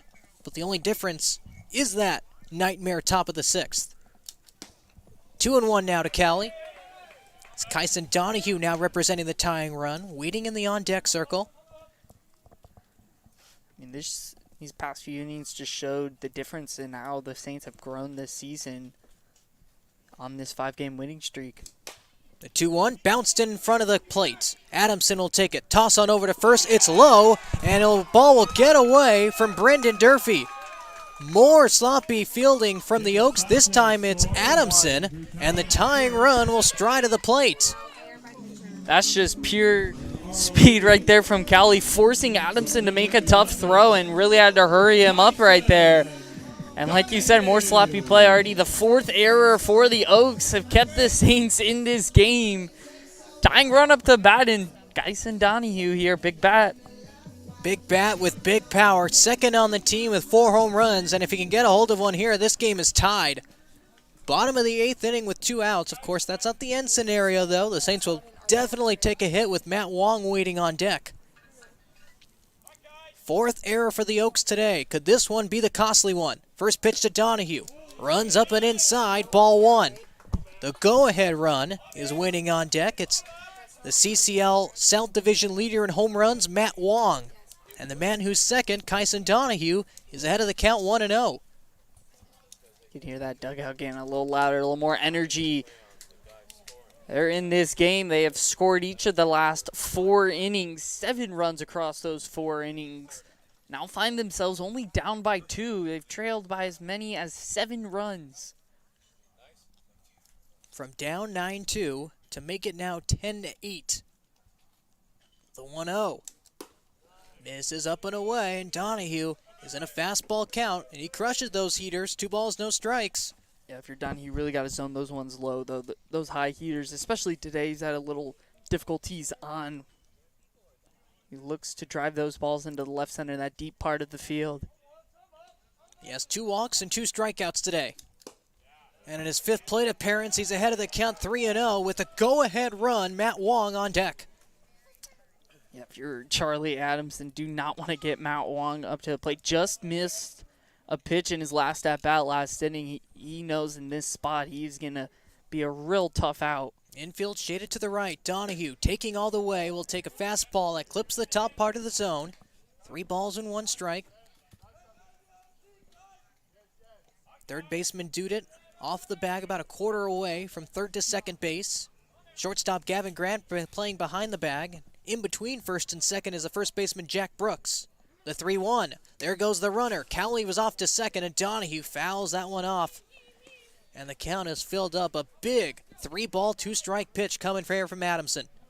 Yeah, so Cowley will be off again as Durfee will not hold him on here. Big pitch, biggest pitch of the night so far. This game not over yet. The Saints battling back and cashing in on 4 costly Conejo errors. They had 8 runs put up on the board, but they only have 6 hits. Adamson versus Donahue. The payoff pitch. There goes Cowley. The pitch is swung on and missed for strike 3. And Adamson is able to work out of it, but not before the Saints strike for a trio of runs. And we're going the 9th inning. The Oaks up 10-8.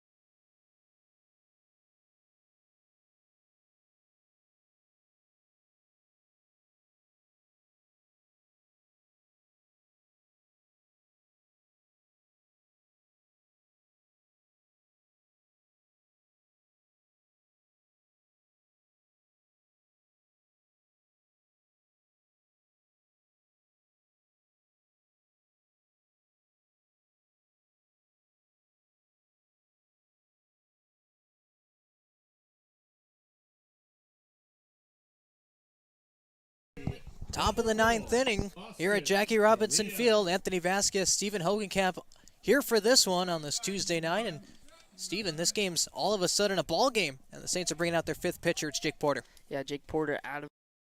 He struggled a little bit on the mound, but back scoreless outings for the Saints. He's gonna look. They need that here from him to keep this a 2-run deficit. If you don't remember, he also got the save in that 8-6 10-inning thriller in Irvine against the Orange County Riptide. Trying to make this a 4th consecutive scoreless appearance for Porter. He has his work cut out for him here as Zach Duday, Cody Sulak, and Brendan Durfee. 4-5-6, the heart of the Oaks order due up. Looking for some much-needed insurance. Head coach Aaron Milam refers to Jake Porter as the stopper. He never has that off day. He's the one they put up that they trust to shut down an offense. And Porter, in our interview with him on Sunday, said he really takes pride in that, being the fireman out of the bullpen. Just shows you how much this coaching staff trusts him. After a rough few outings, they really stuck with him. And he's paying him back here with 3 consecutive scoreless outings, including a huge save, and arguably was the game of the year against the Orange County Riptide. An 8-6 win in 10 innings. Here's the 2-0. That ball's lined to second baseman Drew Cowley. got him in on the hands. And just like that, on 3 pitches, Porter retires. The cleanup man, Zach Dudet. Big first out right there, was behind 2-0. Number 25, Zach Dode. Top of the 9th inning, 1 out. Dudet will stride at the plate. That was Austin Carrillo who led off this inning with a measly line drive to the second baseman, Drew Cowley. That'll be 3-4-5, I beg your pardon.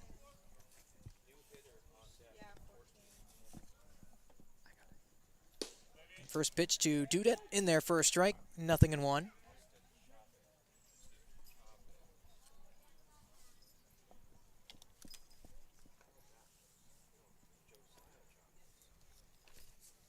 Porter set, the pitch. That ball's lined up the middle. On the run, Drew Cowley will make the play. From behind the second base bag, a smooth-looking play for the Oregon Ducks second baseman, Drew Cowley. 2 up, 2 down in the top of the 9th. Really good play right there from Cowley. Hasn't had it so far tonight with the bat. That was a really good play right there. Really trustworthy glove at second base. So with 2 outs and nobody on, a pinch hitter now for the Conejo Oaks. A third in the DH spot today. It's number 14, Josiah Chavez. He'll be batting from the left side, so the Conejo Oaks trying to opt for the platoon advantage here in the top of the 9th, just trying to get some more insurance. A.J. Salgado started out as a DH. Cody Sulak pinch ran for him when he was at first after he walked. Now it's a lefty, Josiah Chavez. Misses up and a high does Porter. Up and away does Porter, rather, 1-0. And the Saints are going to have Matt Wong, Matt Marlowe, and Jordan Rogers, barring any pinch hitters in the bottom of the 9th inning, with Arroyo Seco needing at least 2. Porter goes with a breaking ball. Harris couldn't corral it, 2-0.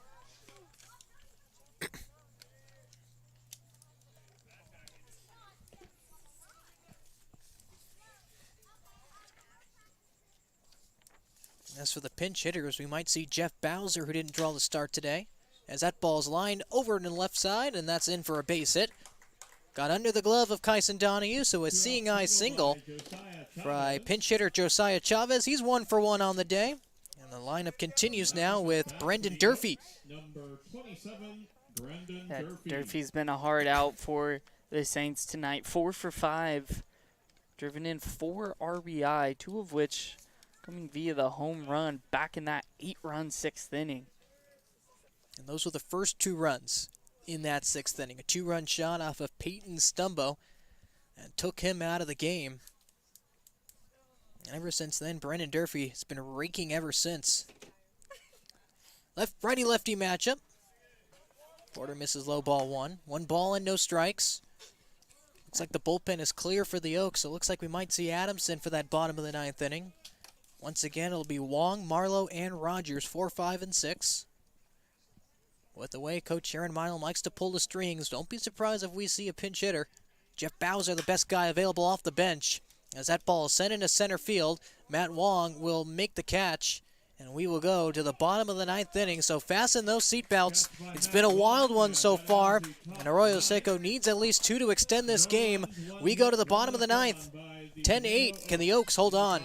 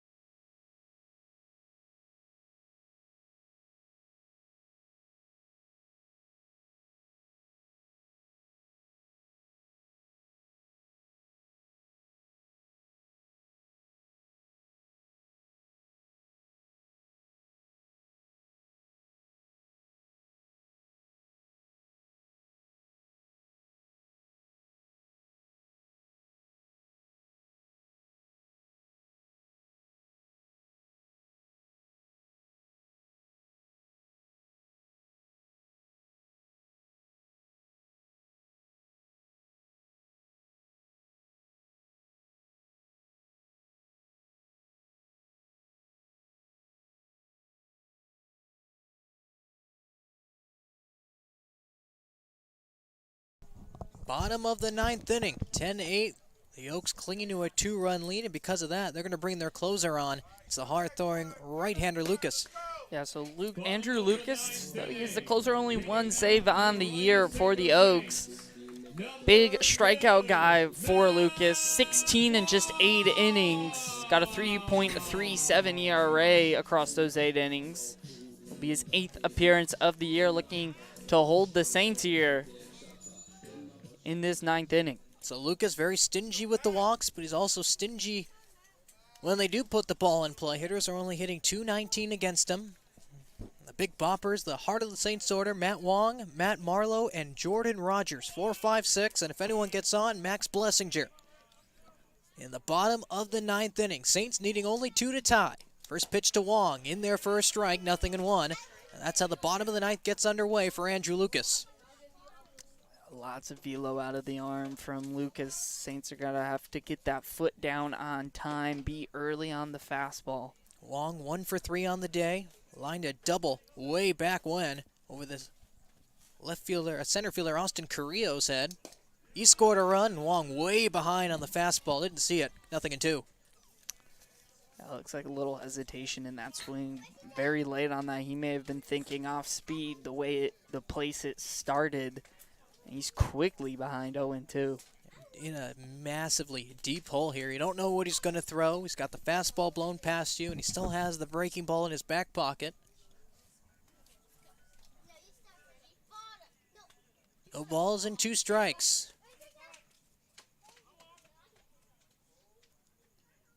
The pitch to Wong. Swung on and missed, strike 3. Good morning, good afternoon, good night. 3 fastballs blown right past him for the first out of the 9th. Yeah, you see the velo out of the arm of Lucas right there. Wong just could not catch up, and now Matt Marlowe will dig in. The tying run stays on deck for Matt Marlowe. 0 for 4 today, is 0 for his last 9, dating back to Sunday's game against the Oaks. He has a couple strikeouts and a run scored. He's been on base thanks to one of 4 Conejo errors. That's really allowed Arroyo Seco to stay in this game. As a fastball blown right past Matt Marlowe. Nothing he could do with that one. The Conejo dugout. Front step in that one. Definitely one of the hardest arms the Saints have seen this season. Also, you have Jack Faraday of the Santa Barbara Foresters, so you can reach triple digits.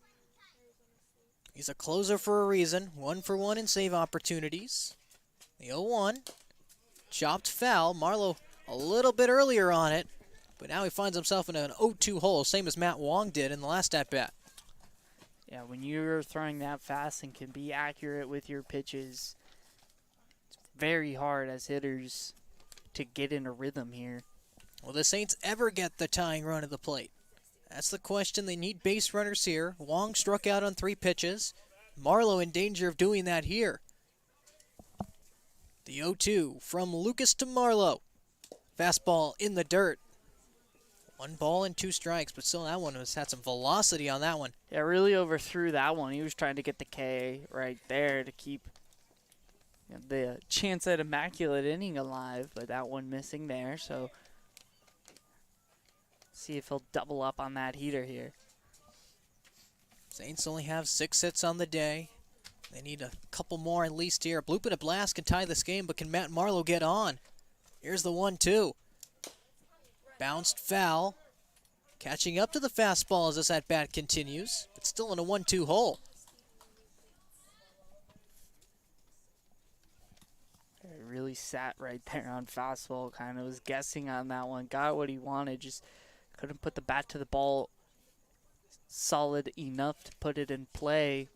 You may see Lucas go to the off-speed here. Infield shaded towards the left against the right-handed hitting Marlowe. Big gap down the first base line with the right fielder Gannis playing towards right center. Here's the 1-2. Called strike 3. They froze him with the breaking ball. Colin Heineck would drop the ball, so he'll have to send it over to first to Durfee to complete the K. And the Saints are just like that, down to their final strike. Right now, Andrew Lucas is mowing him down. Yeah, it went to the off-speed there, and that one completely froze Matt Marlowe right there. Not looking for that. Now Jordan Rogers will come up, and through these first two at-bats, I would say dead red heat here. First two batters saw heaters. So Lucas an out away from his second save. Arroyo Seco an out away from having their 5-game winning streak snapped on this Tuesday night. Righty-righty matchup. Lucas versus Jordan Rogers represents the last opportunity, and he takes a strike. On the inside corner, 0-1. Looks like Rogers bowed out of the way of that one. Home plate umpire said it's strike one. Max Blessinger on deck, but question is, will he ever come to bat? Andrew Lucas is mowing him down. 2 up, 2 down on a couple strikeouts. And now the Saints are down to their final strike as Rogers swings through that fastball. Yeah, they're just not seeing the ball out of Lucas's hand right now. Swinging at pitches way out of the zone. That one nowhere near. Rogers is guessing there. The velo getting a little too much for them right here.